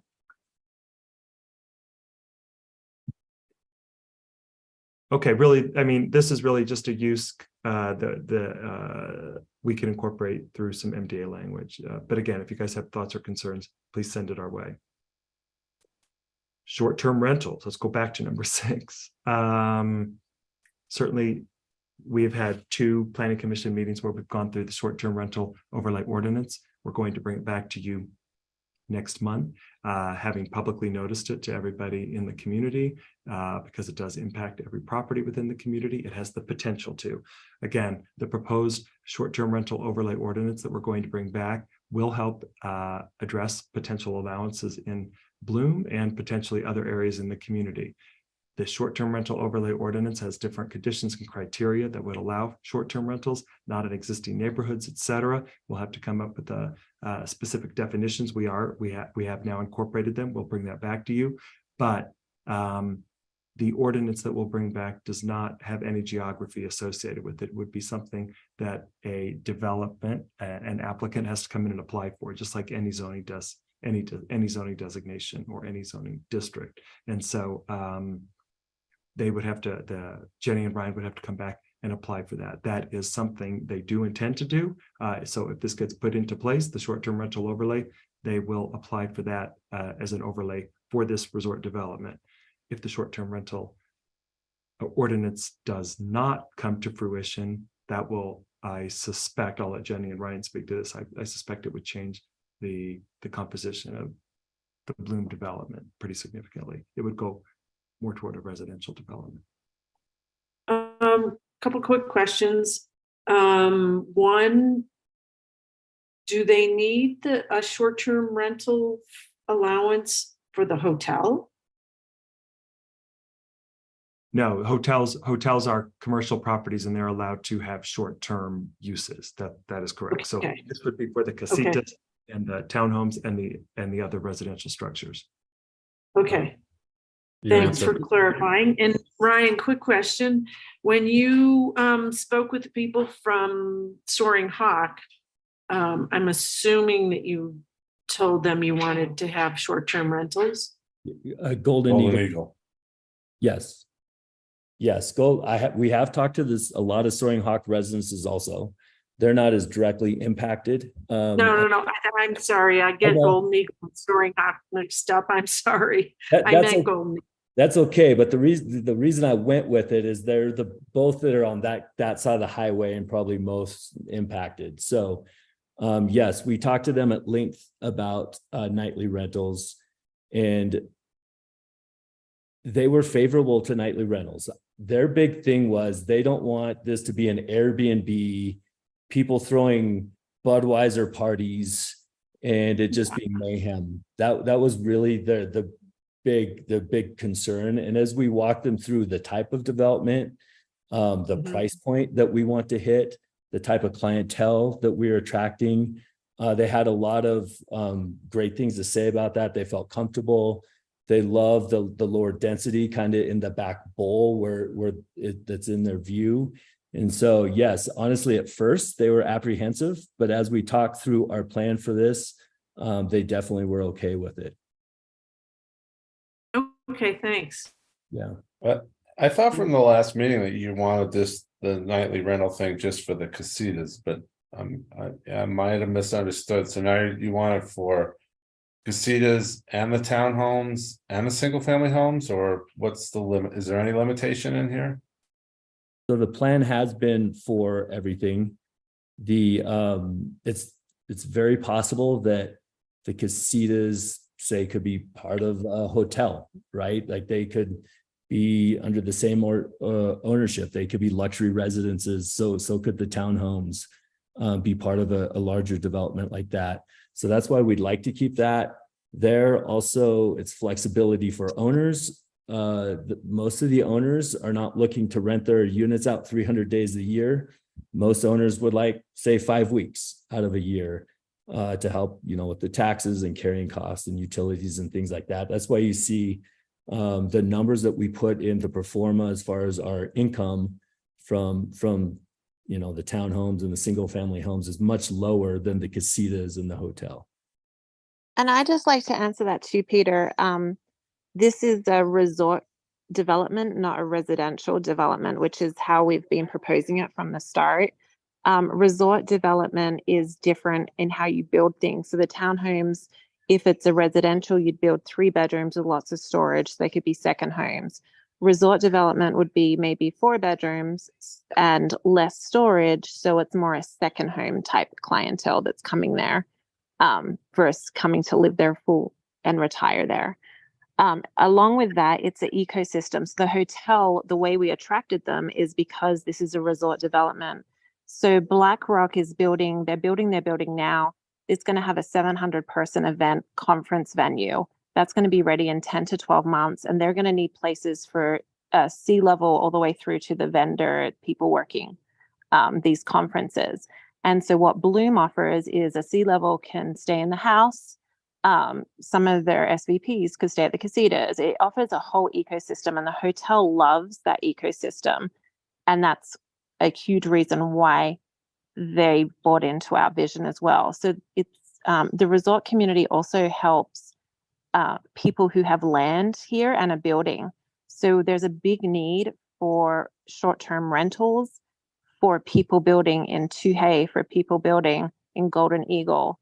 And so these people will be part of our community and utilizing our commercial. And so we really want to attract them to be able to have a place to stay, a repeat place to stay for 3 days when they're visiting their build through a few weeks in summer, so they can utilize the area that they're going to be calling home soon as well.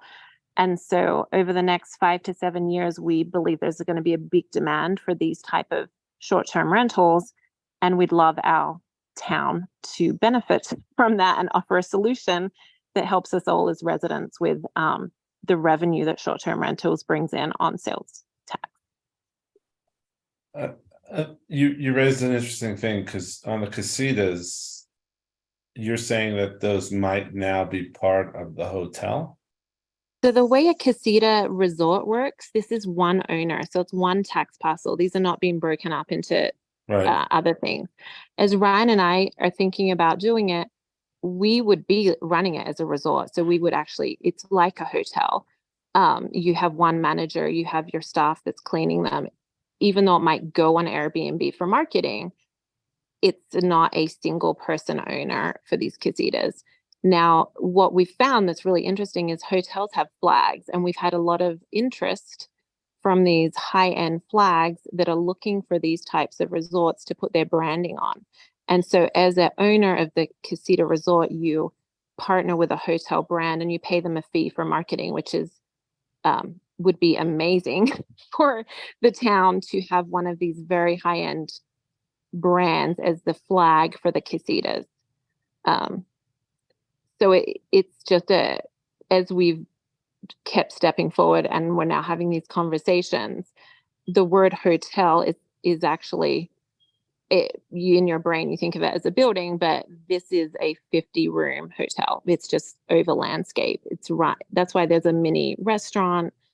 It's where I'm in Costa Rica right now doing research. I'm at a place called Imanoa Institute, and it's got all these cabins. It's got a little restaurant. This is a very high-end place, but it's a landscape hotel, basically.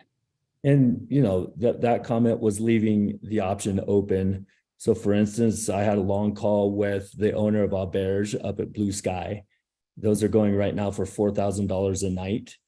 And, you know, that's a brand that's taken that, you know, the whole property and that's the flag that they've put on it. So there's possibilities of that kind of flag coming in on this casita resort. And perhaps I can ask, how do you feel about like a minimum, like a 2-night or a 3-night minimum? What does that do to your plans, if anything? Well, we've contemplated this question. I am not opposed to, let's just call it a 3-night minimum on, say, the townhomes and the houses. I don't think, you know, that's not the purpose is not to run new people in there every night. Whereas the casita resort, the hotel, those types of things definitely are something someone could come and stay for 1 or 2 nights, especially when they're paying that kind of money. But, you know, if something like that, let's just say a 3-night minimum is something that makes the town comfortable with this project, I think that that's reasonable and it fits within the ethos of what we're trying to do with this. Okay, thank you.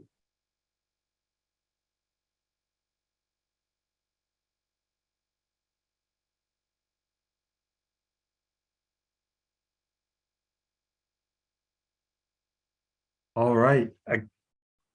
Again, any input, please let us know now or let me know by way of email, etc.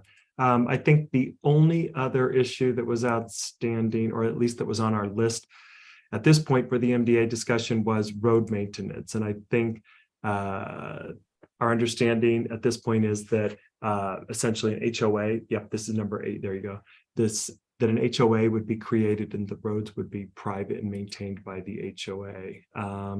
There is an emergency access road that's going, I think it's under construction right now, that's going in up to Golden Eagle. That would essentially be improved by the applicants, Jenny and Ryan, and then that would remain as an emergency ingress egress for the Golden Eagle folks. It sounds like Jenny and Ryan have had discussions with Golden Eagle, and they might like for that to just be a permanently opened road. Lift the bollards, lift the gate, and use it as just a regular road, which would be ideal. That would give them access to the commercial, but the roads would be constructed and maintained by the HOA. Thoughts, concerns? Thomas, I'm not with Ryan right now. In our concept, we had to put in a map of the roads that were public and private. And it was actually, there were public roads that went past the hotel and commercial, and we were planning to have hopefully a bus stop there. So we may want to revisit that as we're doing these MDA discussions, because we do have that. So maybe you're talking about maybe the entrance into phase 1, there could be a road that is of course constructed privately, but could end up being dedicated publicly to get a bus turnaround. Exactly, yeah. So I'd love us to discuss that in our think tank meetings. Okay. And I'll need an explanation of how I don't understand how an HOA is how an HOA works in a resort. Am I being Yes. dense? No, so let's just take the Casita Resort, for instance, right? The 50 units there, 45 units. The owner or owners, they would be responsible for, let's just call it road maintenance. It's 50,000 a year. It's probably, right, whatever the number is. And then if it's one owner, they would have to pay that number. Or if it's 50 owners, they would pay $1,000. It would be split up that way, much like any kind of landscaping for an HOA, which is typical for, maintenance and public areas and things like that. So it would be handled through either dues to separate owners, or it would be an expense that the owner would pay, much like, the grounds for a hotel, how, the owner of the hotel would likely pay for that. To the casitas, okay. and then to the casitas also, I want to throw this information out there a little bit. So on the zoning, Thomas had 15 units per acre. We have 45 casitas on 20 acres. So we're at about 2.2 units an acre, just to give you an idea of what we're proposing. So we're not proposing a huge number, just to kind of put you at ease as you think about it. Our number, let's say the town settles on 8, 10. We're at a much lower number that we've currently have drawn on our map. Yeah, I have some questions for Thomas about the casitas and the setbacks and everything. Yeah, and I just want to say too, they are in clusters. So even though it averages that, like Thomas was saying, you may have a cluster of 4. I can't see us doing more than a cluster of 8. And I think that would be over more than 1 acre. But yeah, we all want the same goal. And I think that was just a math thing where he divided it by the land type thing. So, yeah.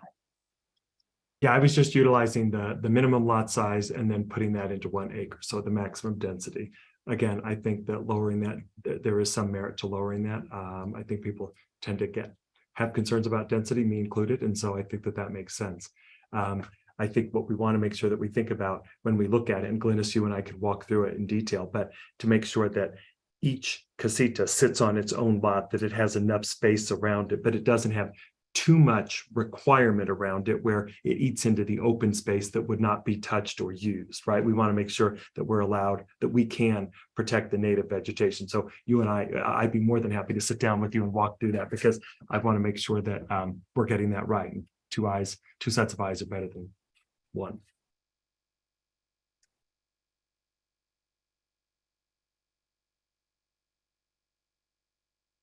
Thomas, I just have a quick question following up on my email from earlier today about the residence casitas. So Ryan and Jenny, initially this was going to be a resort, one ownership for all 45 of the casitas. So you're saying now it could possibly be individual owners.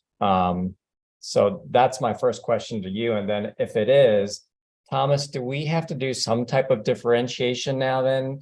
If it is individual owners for a residential casita versus a hotel casita? Actually, the way that'll work is that'll be defined as a small single family, let me think about that. Yeah, small single family unit that's under 1,500 square feet. So that will have its own ERU calculation, whether it's individually owned by me or whether it's Starwood that owned all of the casitas. The density application will be the same. It won't be hotel density application. It's based on the unit typology. So it's the same either way. So Okay. yeah, we're planning on one ownership entity for those. That's the plan now. That's a very valid question though. I mean, you look at the Hotel of Black Rock and they've sold those condo units off. St. Regis is condo units, Montage is condo units all across the world. Four Seasons is condo units. It is a very accepted and standardized process. For now though, that hasn't been what we've been asking for. We have been, going off the basis of one owner. Okay, thanks. And Joel, on that, I'm happy to sit down with you on that to kind of break down that number, but that is something that we'll bring back to the Planning Commission as a whole as well. And that'll be that comparison number of units/doors, the number of actual units versus ERUs. We'll do that matrix. Alrighty, thanks. Yeah, and what we're looking for here is number one, we want to answer all your questions. So we'll keep going until you don't have any more questions. And then the goal is to say, okay, we'll pass this zoning map onto town council, knowing that we still are going to do the deep dive into the MDA to answer all these really detailed types of questions. And the reason why we'd like to do this is just so we can also get the council's input, rather than we do all the details here and then we go to town council and do a whole nother set of details that we aren't even aware of. And, it just kind of wastes our time or takes longer in the process. Maybe it doesn't waste our time, but just takes longer than it needs to. So that's really why a lot of these details, as Thomas is saying, we can still hash those out. You guys are, Glennis and Jonathan, thank you. You guys are going to be at the tip of the spear, kind of hashing that stuff out with us. So that brings up a good point. So is the Planning Commission generally comfortable? Again, this is not a formal recommendation because you can't do one without the other, i.e. the zoning map without the MDA. Are you comfortable just giving it a light toss up to the town council to have them look at the zoning map? They're not looking at the MDA or anything because we haven't created and or finalized the MDA. We have a very draft version, but just to let them look at the zoning map, they'll see the concept plan, of course, under it. And that way they could actually, there may be some public input that's gleaned from that. You might get some interesting input from the council. Again, that's a light handoff. Let them have a work session discussion with it, and then just simply remand it back to you, because you're going to still be working on the MDA over the next couple of months at minimum anyway. Tony, do we need a motion for that? Well, first we have to discuss if we want to do that. I'm not exactly thrilled with doing that for the simple fact that I kind of feel like it's going around us. Can I just jump in? Did you guys open the public hearing? Wasn't this a public hearing? We didn't get to that point yet. Polly. Okay. All right, I just wanted to make sure I didn't miss it while I was. No, But listening. Polly, now that you're here, could you, that they had a question about what might be the mechanism to do this? Does it require a vote? Is it just a head nod? Hey, send it up there for a work session and have them remand it back? What's the best way to? I would do a vote. choose? I would do a vote. Let me, Sorry, I what's should the, jump what's in. the I've been down? listening the whole time. I hear Tony's objection, right? And I want to understand that a little better because I'm new to this. Sort of, if we hand it up, if we say you can go talk to them, which is non-binding on us, where are we disadvantaged? Yeah.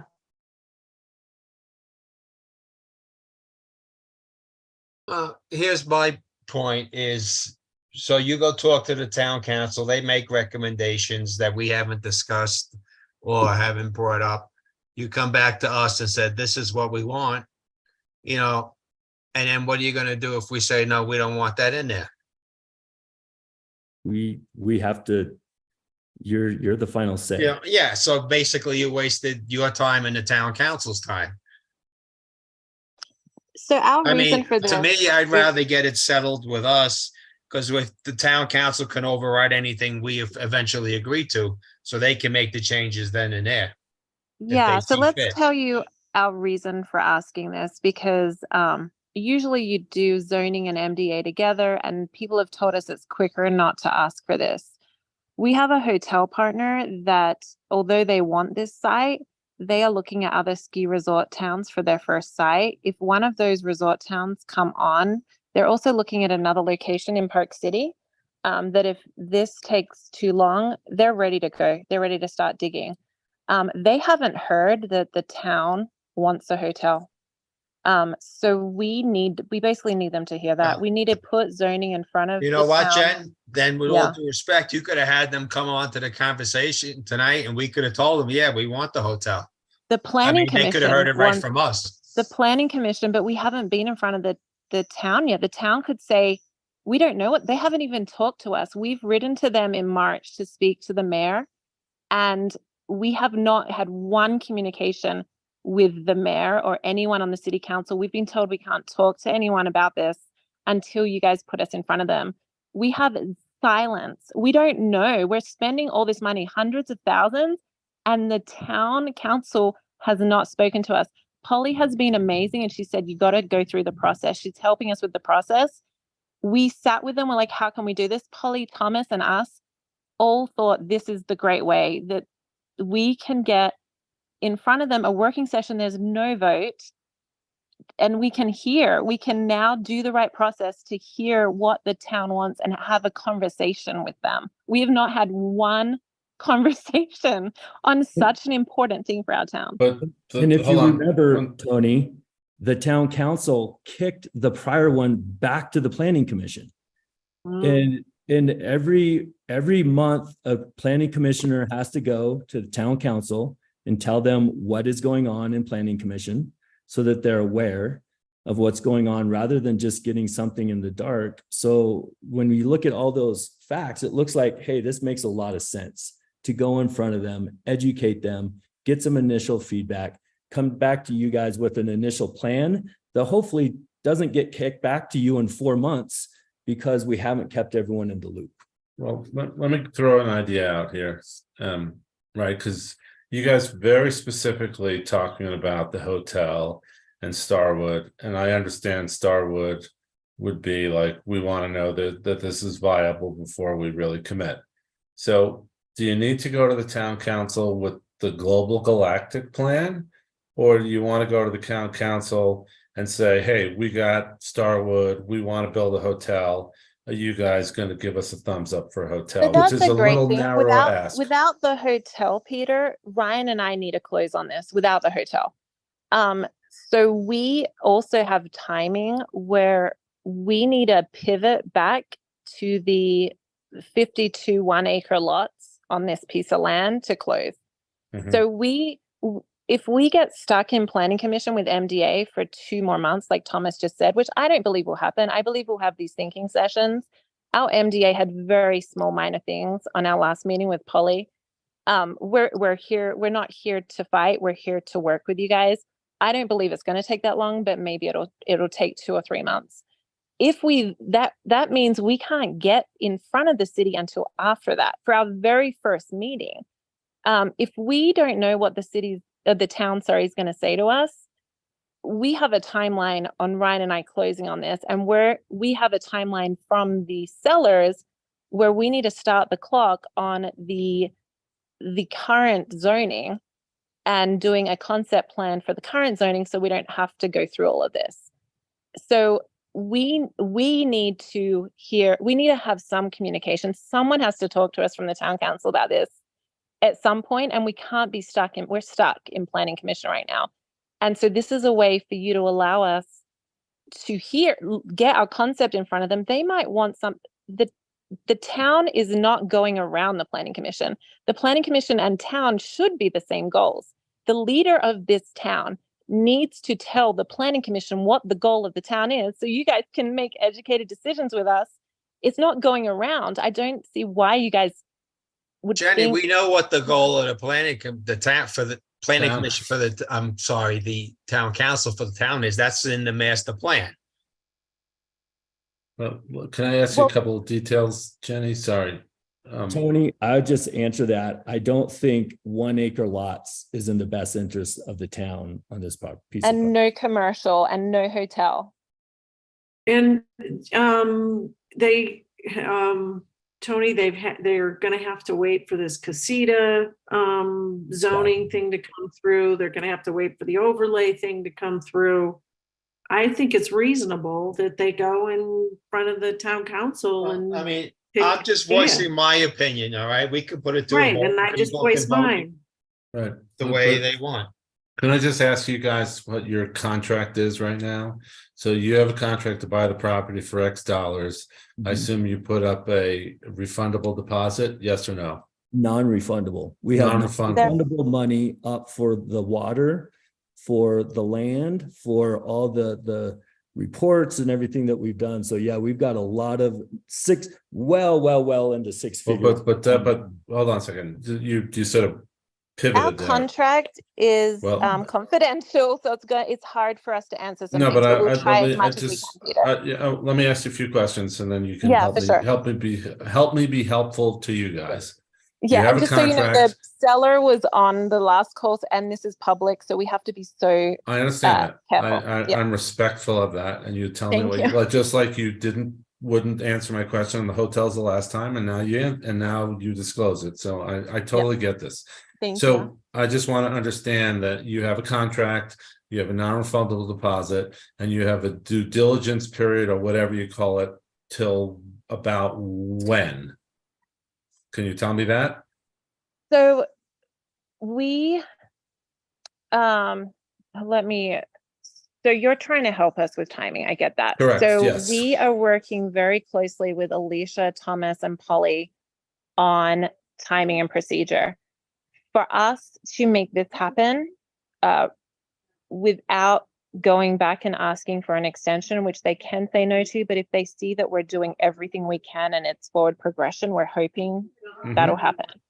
So right now, the timing is if we can get the MDA, this is miracle timing, I know, work with you in a think tank, get the MDA approved next planning commission, which where are we in date? That would be in July. So July, okay. Yep.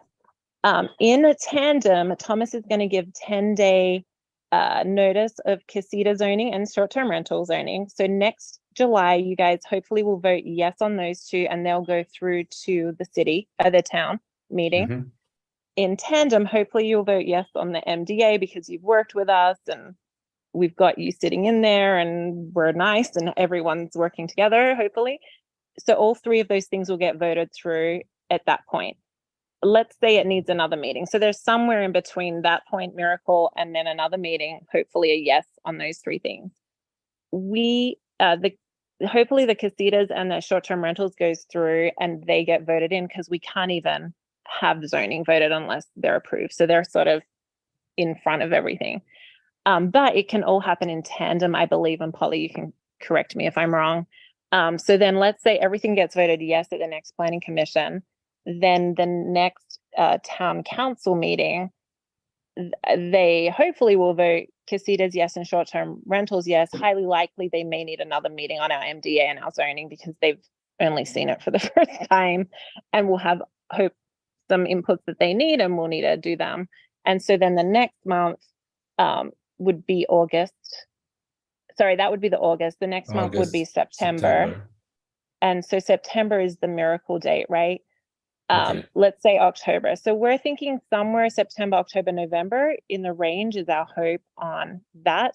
We do need to then do a final application. So once zoning and is approved, then we go to final application, which is the same process. We come back to planning commission on final application, and then we go to city council on final application.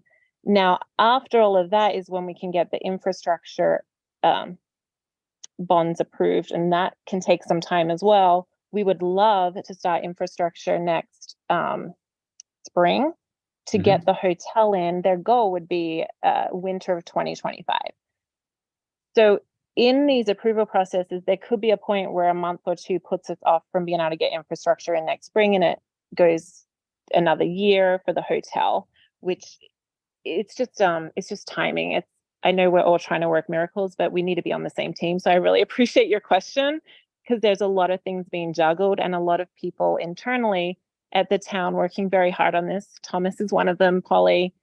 I know a lot of people are spending their time on this. All of you on the planning commission spending hours right now and before in prep. So we appreciate it, and I appreciate this question. And please let me know how I can help you more. And Polly or Thomas, let me know if I'm wrong on how they can I'm help going to us. ask Jenny. Thank you. I appreciate that, and I am trying to be helpful. So, what I heard in that litany of dates and times and things, if I said to you that you have contractually the ability to get what you need to do in line where you guys are going to green light this vis-a-vis all the constituents that you have on your side, hotel, your lender, and everybody else, it sounds like late in the fourth quarter is where you have to do red light, green light.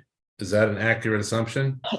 So actually accurate is we have about 30 days to have our hotel and our lender and the seller here, the town council. The town wants this, and they're not going to keep us.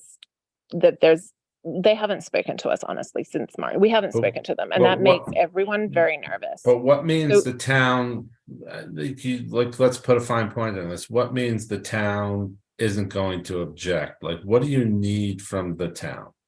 We just need a conversation. We need to talk to them. We haven't had one voice. We haven't had one email. We don't know. Honestly, we're with this amazing planning commission that's very passionate and spending all your time with us. With zoning and with understanding that a town will allow this development to happen, we can close without final application. So the September, getting this zoning and this MDA done is very, very crucial for us. But there's a point where if that doesn't get done, it's a much quicker process to go with what's already zoned, and get it closed and own it.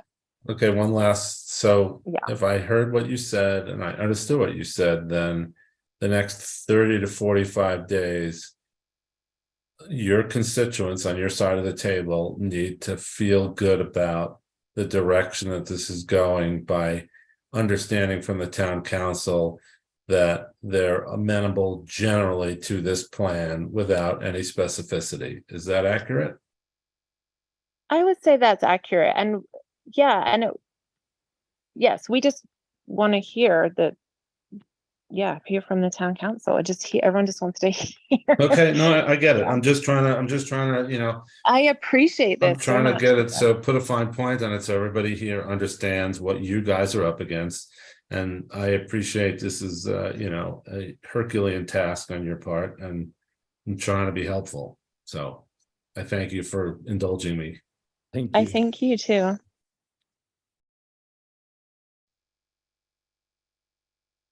Are there any other questions for Brian or Jenny? Okay. At this point, then we'll open it up for public discussion. If you're on a telephone, it will be *9.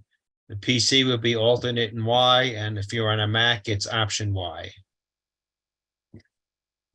If you do have a question, please first state your name and what part of the town you're from for the record.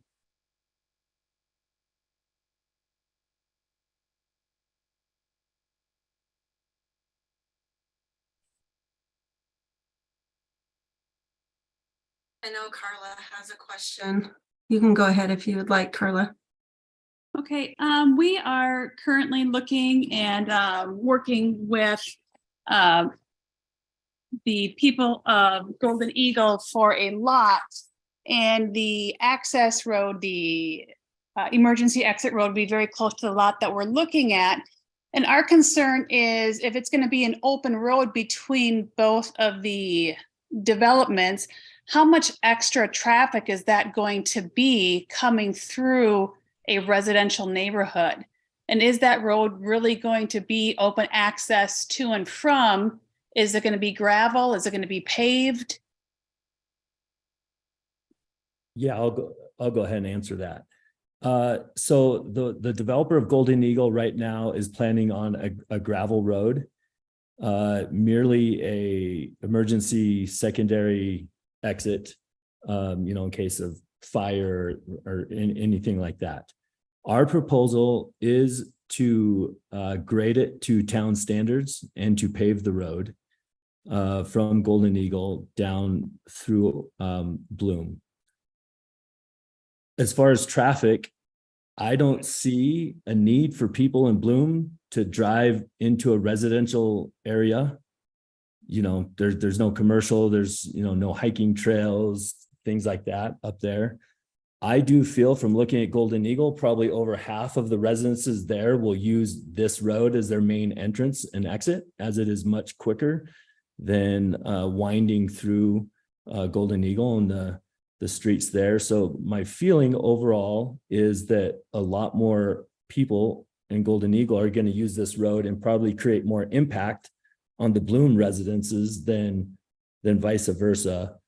And I do get your question. You don't want a highway all of a sudden when you're building on this beautiful lot and there's nothing there now. But I really don't think that the traffic impact coming into Golden Eagle is going to be noticeable. Okay, yeah, just with, the thought of having so many rental units and just the additional traffic that all that would bring in was just a concern of ours. Yeah. And totally a great concern, Carla. Just so you know, I don't know if the map's up in front. I'm sorry, I'm on my phone here. But we tried to keep the density and the busy in the bottom third. So the townhomes and the commercial is a loop on the left and a loop on the right. But then as you go past that, you have the Casita Resort, which is its own sort of private area that we're hoping for minimal traffic to. It's a low energy resort. It's going to be for retreats and refreshing. So obviously having minimal traffic there is ideal for that versus a busy road. On the left-hand side at the back, we have 12 single family lots, which Ryan and I plan to develop ourselves. And you can see our developments. We have 7 lots now in Soaring Hawk. We just launched our first house there that we had a happy hour at for residents to come and see sort of the quality of work we do. That home we just put under contract and sold in 10 days at $888 a square foot, which is the highest square footage that's being sold in this area. So we're very proud of the work we do. These houses that are going to be on those back 12 are going to be gated and very luxurious houses. So we also, for those houses, don't want, like you said, anything that will minimize the value of those lots. So we're invested. If you're buying a lot close to that area, where we have the same mindset, we're going to be lot owners with you, even though we're developers of the whole thing.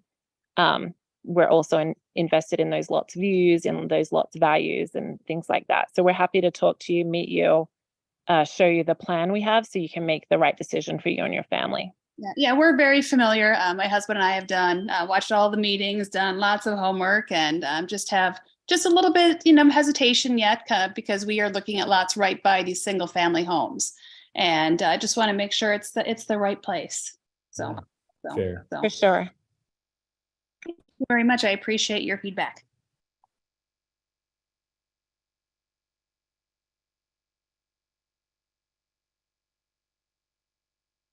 Are there any other questions from the public? Tony, I think Greg has his hand up. Okay, Greg, go ahead, please. Yep. Hi there. So Greg McIntyre, I do some help with the town on EDC stuff, just to put disclosure out there. I'm also a Golden Eagle landowner. My question here is for Thomas or Polly, and if your answer is you can't answer, that's fine. This secondary access road, if it gets improved and if the gate comes down, would that suffice as the secondary access road to allow more than 30 permits to start flowing within Golden Eagle? Because that's a limitation that exists now. I can answer that. I mean, ultimately that road is being built now. And that 30, once there's the equivalent road, once there's a road that's passable that can be used for fire access, then the conditions, I don't have the agreement in front of me, but there's a specific agreement that has the standard of the road. So, okay. Good to hear. That was my question. Thank you so much. Yeah.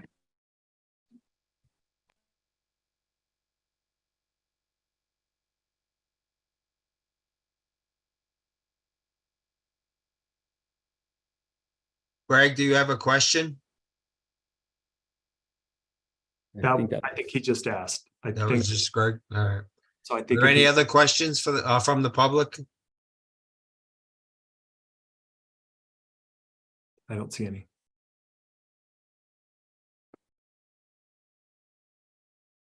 Okay. There being no further questions from the public, we will close the public discussion part of this. And now I guess we will take a vote as to if the council will, the commission would like to pass this up to the town council. Just for an informal review and then remand it back. Yeah. Yes. Just for a point of clarification, if I could, is it only for the hotel issue or is it for everything else we've discussed? What exactly are we voting on here? Isn't it the concept? I thought it was the whole development concept. It would be the whole. Yeah. Really look at. Yeah. I think the initial ask was to look at the concept and kind of this zoning map, or actually you seeing the phasing map. If you could go up a couple of pages, Alicia, to send them the zoning map, just so they can get an understanding of that and the concept that lives underneath it, just so there would be a bit of a holistic understanding. I think would need to get their feedback on the whole proposal. It's not on the master development agreement though. Is that correct, Thomas and Polly? It's the zoning map. And of course they have to have the concept to understand the zoning, which is what's already been through planning commission. Yeah. right. So what's before them now is the zoning, but they're not going to make a recommendation, as we've talked about, without the agreement. So the concept is tied to your zoning, right? It's all very close. Yes. Yeah.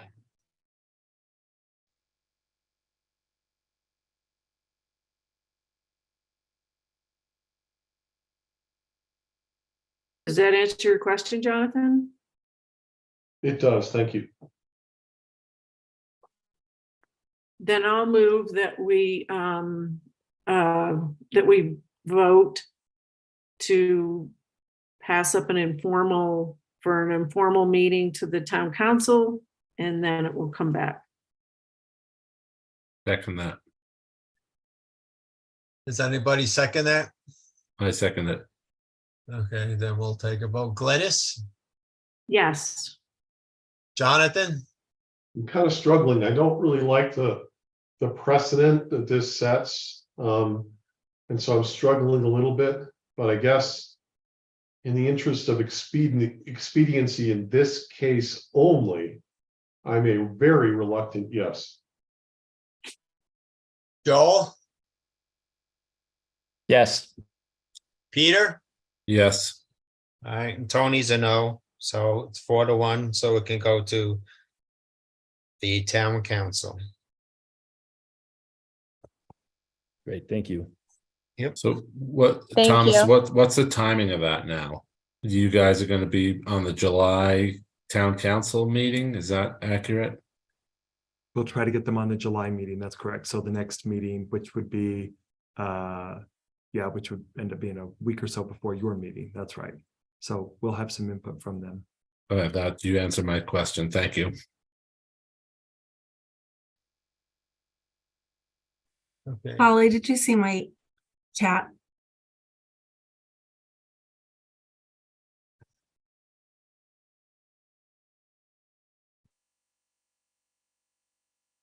Alicia, are we wrong on the dates? Is there a concern? with the No, dates? you're okay. I was just asking Polly a quick question. Okay. I think So that, hold up. Okay. right, so yeah, you can continue it to the July meeting. So, What's a concern, Polly? no, it's just if we don't continue it, then we have to renotice it. But, you know, renoticing is not, I guess it just depends on how we think it's going to go in terms of the timing. So if it goes to the council, then it, you know, if it goes to council, I would say we should renotice it.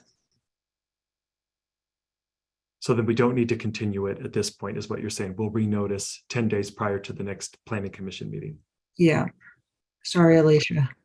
No, that's okay. So just so that I'm clear though, 10 days prior to the next planning commission meeting would be before the council meeting in July, because they're only a week apart.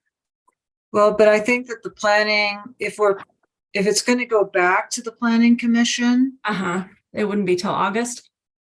yeah, or conceivably they could send it back. I mean, it just needs to follow, right? Like the notices just need to follow each other. So it's just like, so I think it would be okay. If the council remanded it back to the next planning commission meeting, and that's less than 10 days before, then I think you, well, let's just kind of do a dual thing that this. We continue it now. We could still publicly notice it 10 days prior if we felt we wanted to double coverage it, maybe. Yeah. Why don't, Alicia, let's just work it out between us. Okay. Yeah, Because we are coming back, it does make sense to continue it knowing that it's coming back to planning commission. Yeah, but it's confusing because you need a straight line. So where if it's going to council, it's going to council. It's not coming back. It's up to council to remand it, which they will because you still need your MDA, but they might want to talk about for 2 meetings or, you know. Okay. So. Fair. Yeah. I say just double cover us everything. Where I'm sorry, Alicia.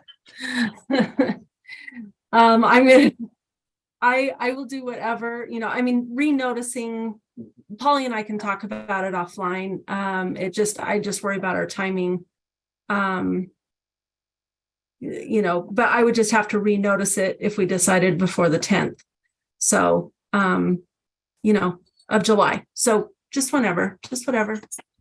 Well, we can work it all out.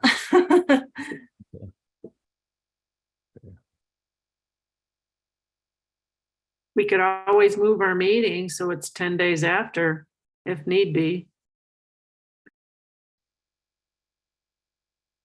You're talking in summer, Glenn, as people are traveling, you know, I mean, people have the set date in hand. There's no guarantee that you're gonna have a quorum. If we try to, I mean, the last 2 times we tried to move things, what Alicia had to go through to make sure we had enough people. Yeah, it's really difficult to move meetings, so I would. Okay, just against throw that it if out I there. possibly can. That's fine. I appreciate it though. I mean, do you want to have that discussion right now? Can all 5 of the commissioners who are on right now, could you make the 20th of July, which is the regularly scheduled meeting, versus and also the 27th if we needed that one? A week later, I can make the 20th. but not the 27th. No, I can make both. So you Oh, wait, hold on. Give me a second, please. Okay, because if one of you can't make the 27th, then I think we stick with the original date, which is the 20th of July.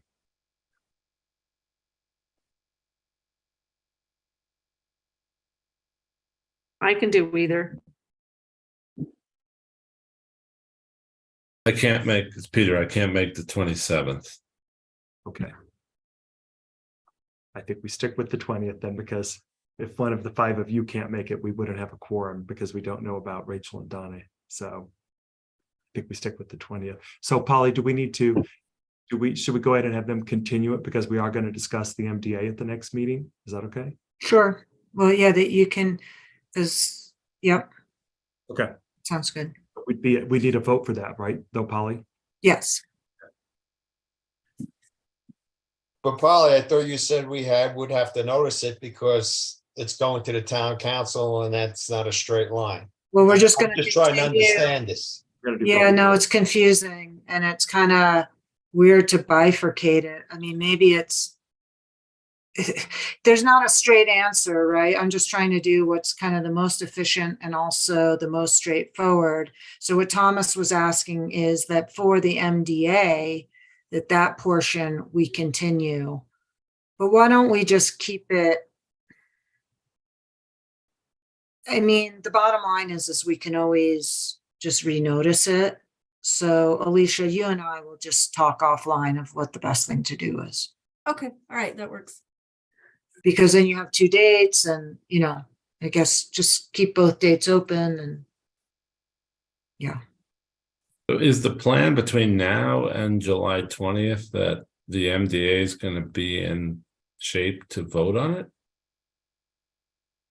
We hope to get the MDA in shape to have a very robust discussion. Certainly Jenny and Brian would like it to be voted on in July. Yeah, and we have been working behind the scenes with Polly and Thomas on it, and our lawyer, and gone back and forth. So the points that we talked about tonight are very close to the points. It's I think you guys will, once you have a look at it, and So we have the group coming in to talk weekly with us.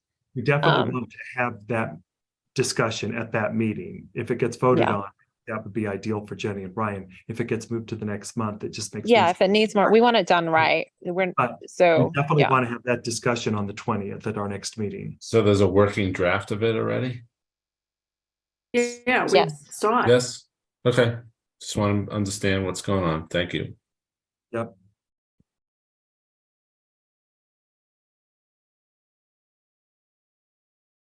So then, Polly, we're not going to continue. You and Alicia will decide what's going to happen with this.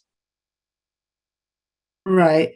But I Okay. think let's keep, I sound like we had, not everyone can make the 27th, but we have if people could pencil that in, that could be very useful. It's just a backup, but definitely plan on the 20th, but yeah. All right. If it's really urgent on the 27th, I can figure it out. It's not ideal, but I'll figure it out to keep this moving. Okay, thank you. That being said, and there being no further business, would somebody like to make a motion? Yes, I move that we're done. Thank you, Jonathan. Does anybody second that? I second it. Okay, we'll take a vote. Glynis, Yes. Jonathan, Yes. Peter, Yes. Paul, Yes. Tony's a yes. Thank you all for your time. And we'll see you all on the 20th. Thank you, Ryan and Jenny. Appreciate you answering all our questions thoughtfully. Thank you, everyone, too. I appreciate your time. Thanks all. Yep. Bye. Thanks. Bye-bye. Bye.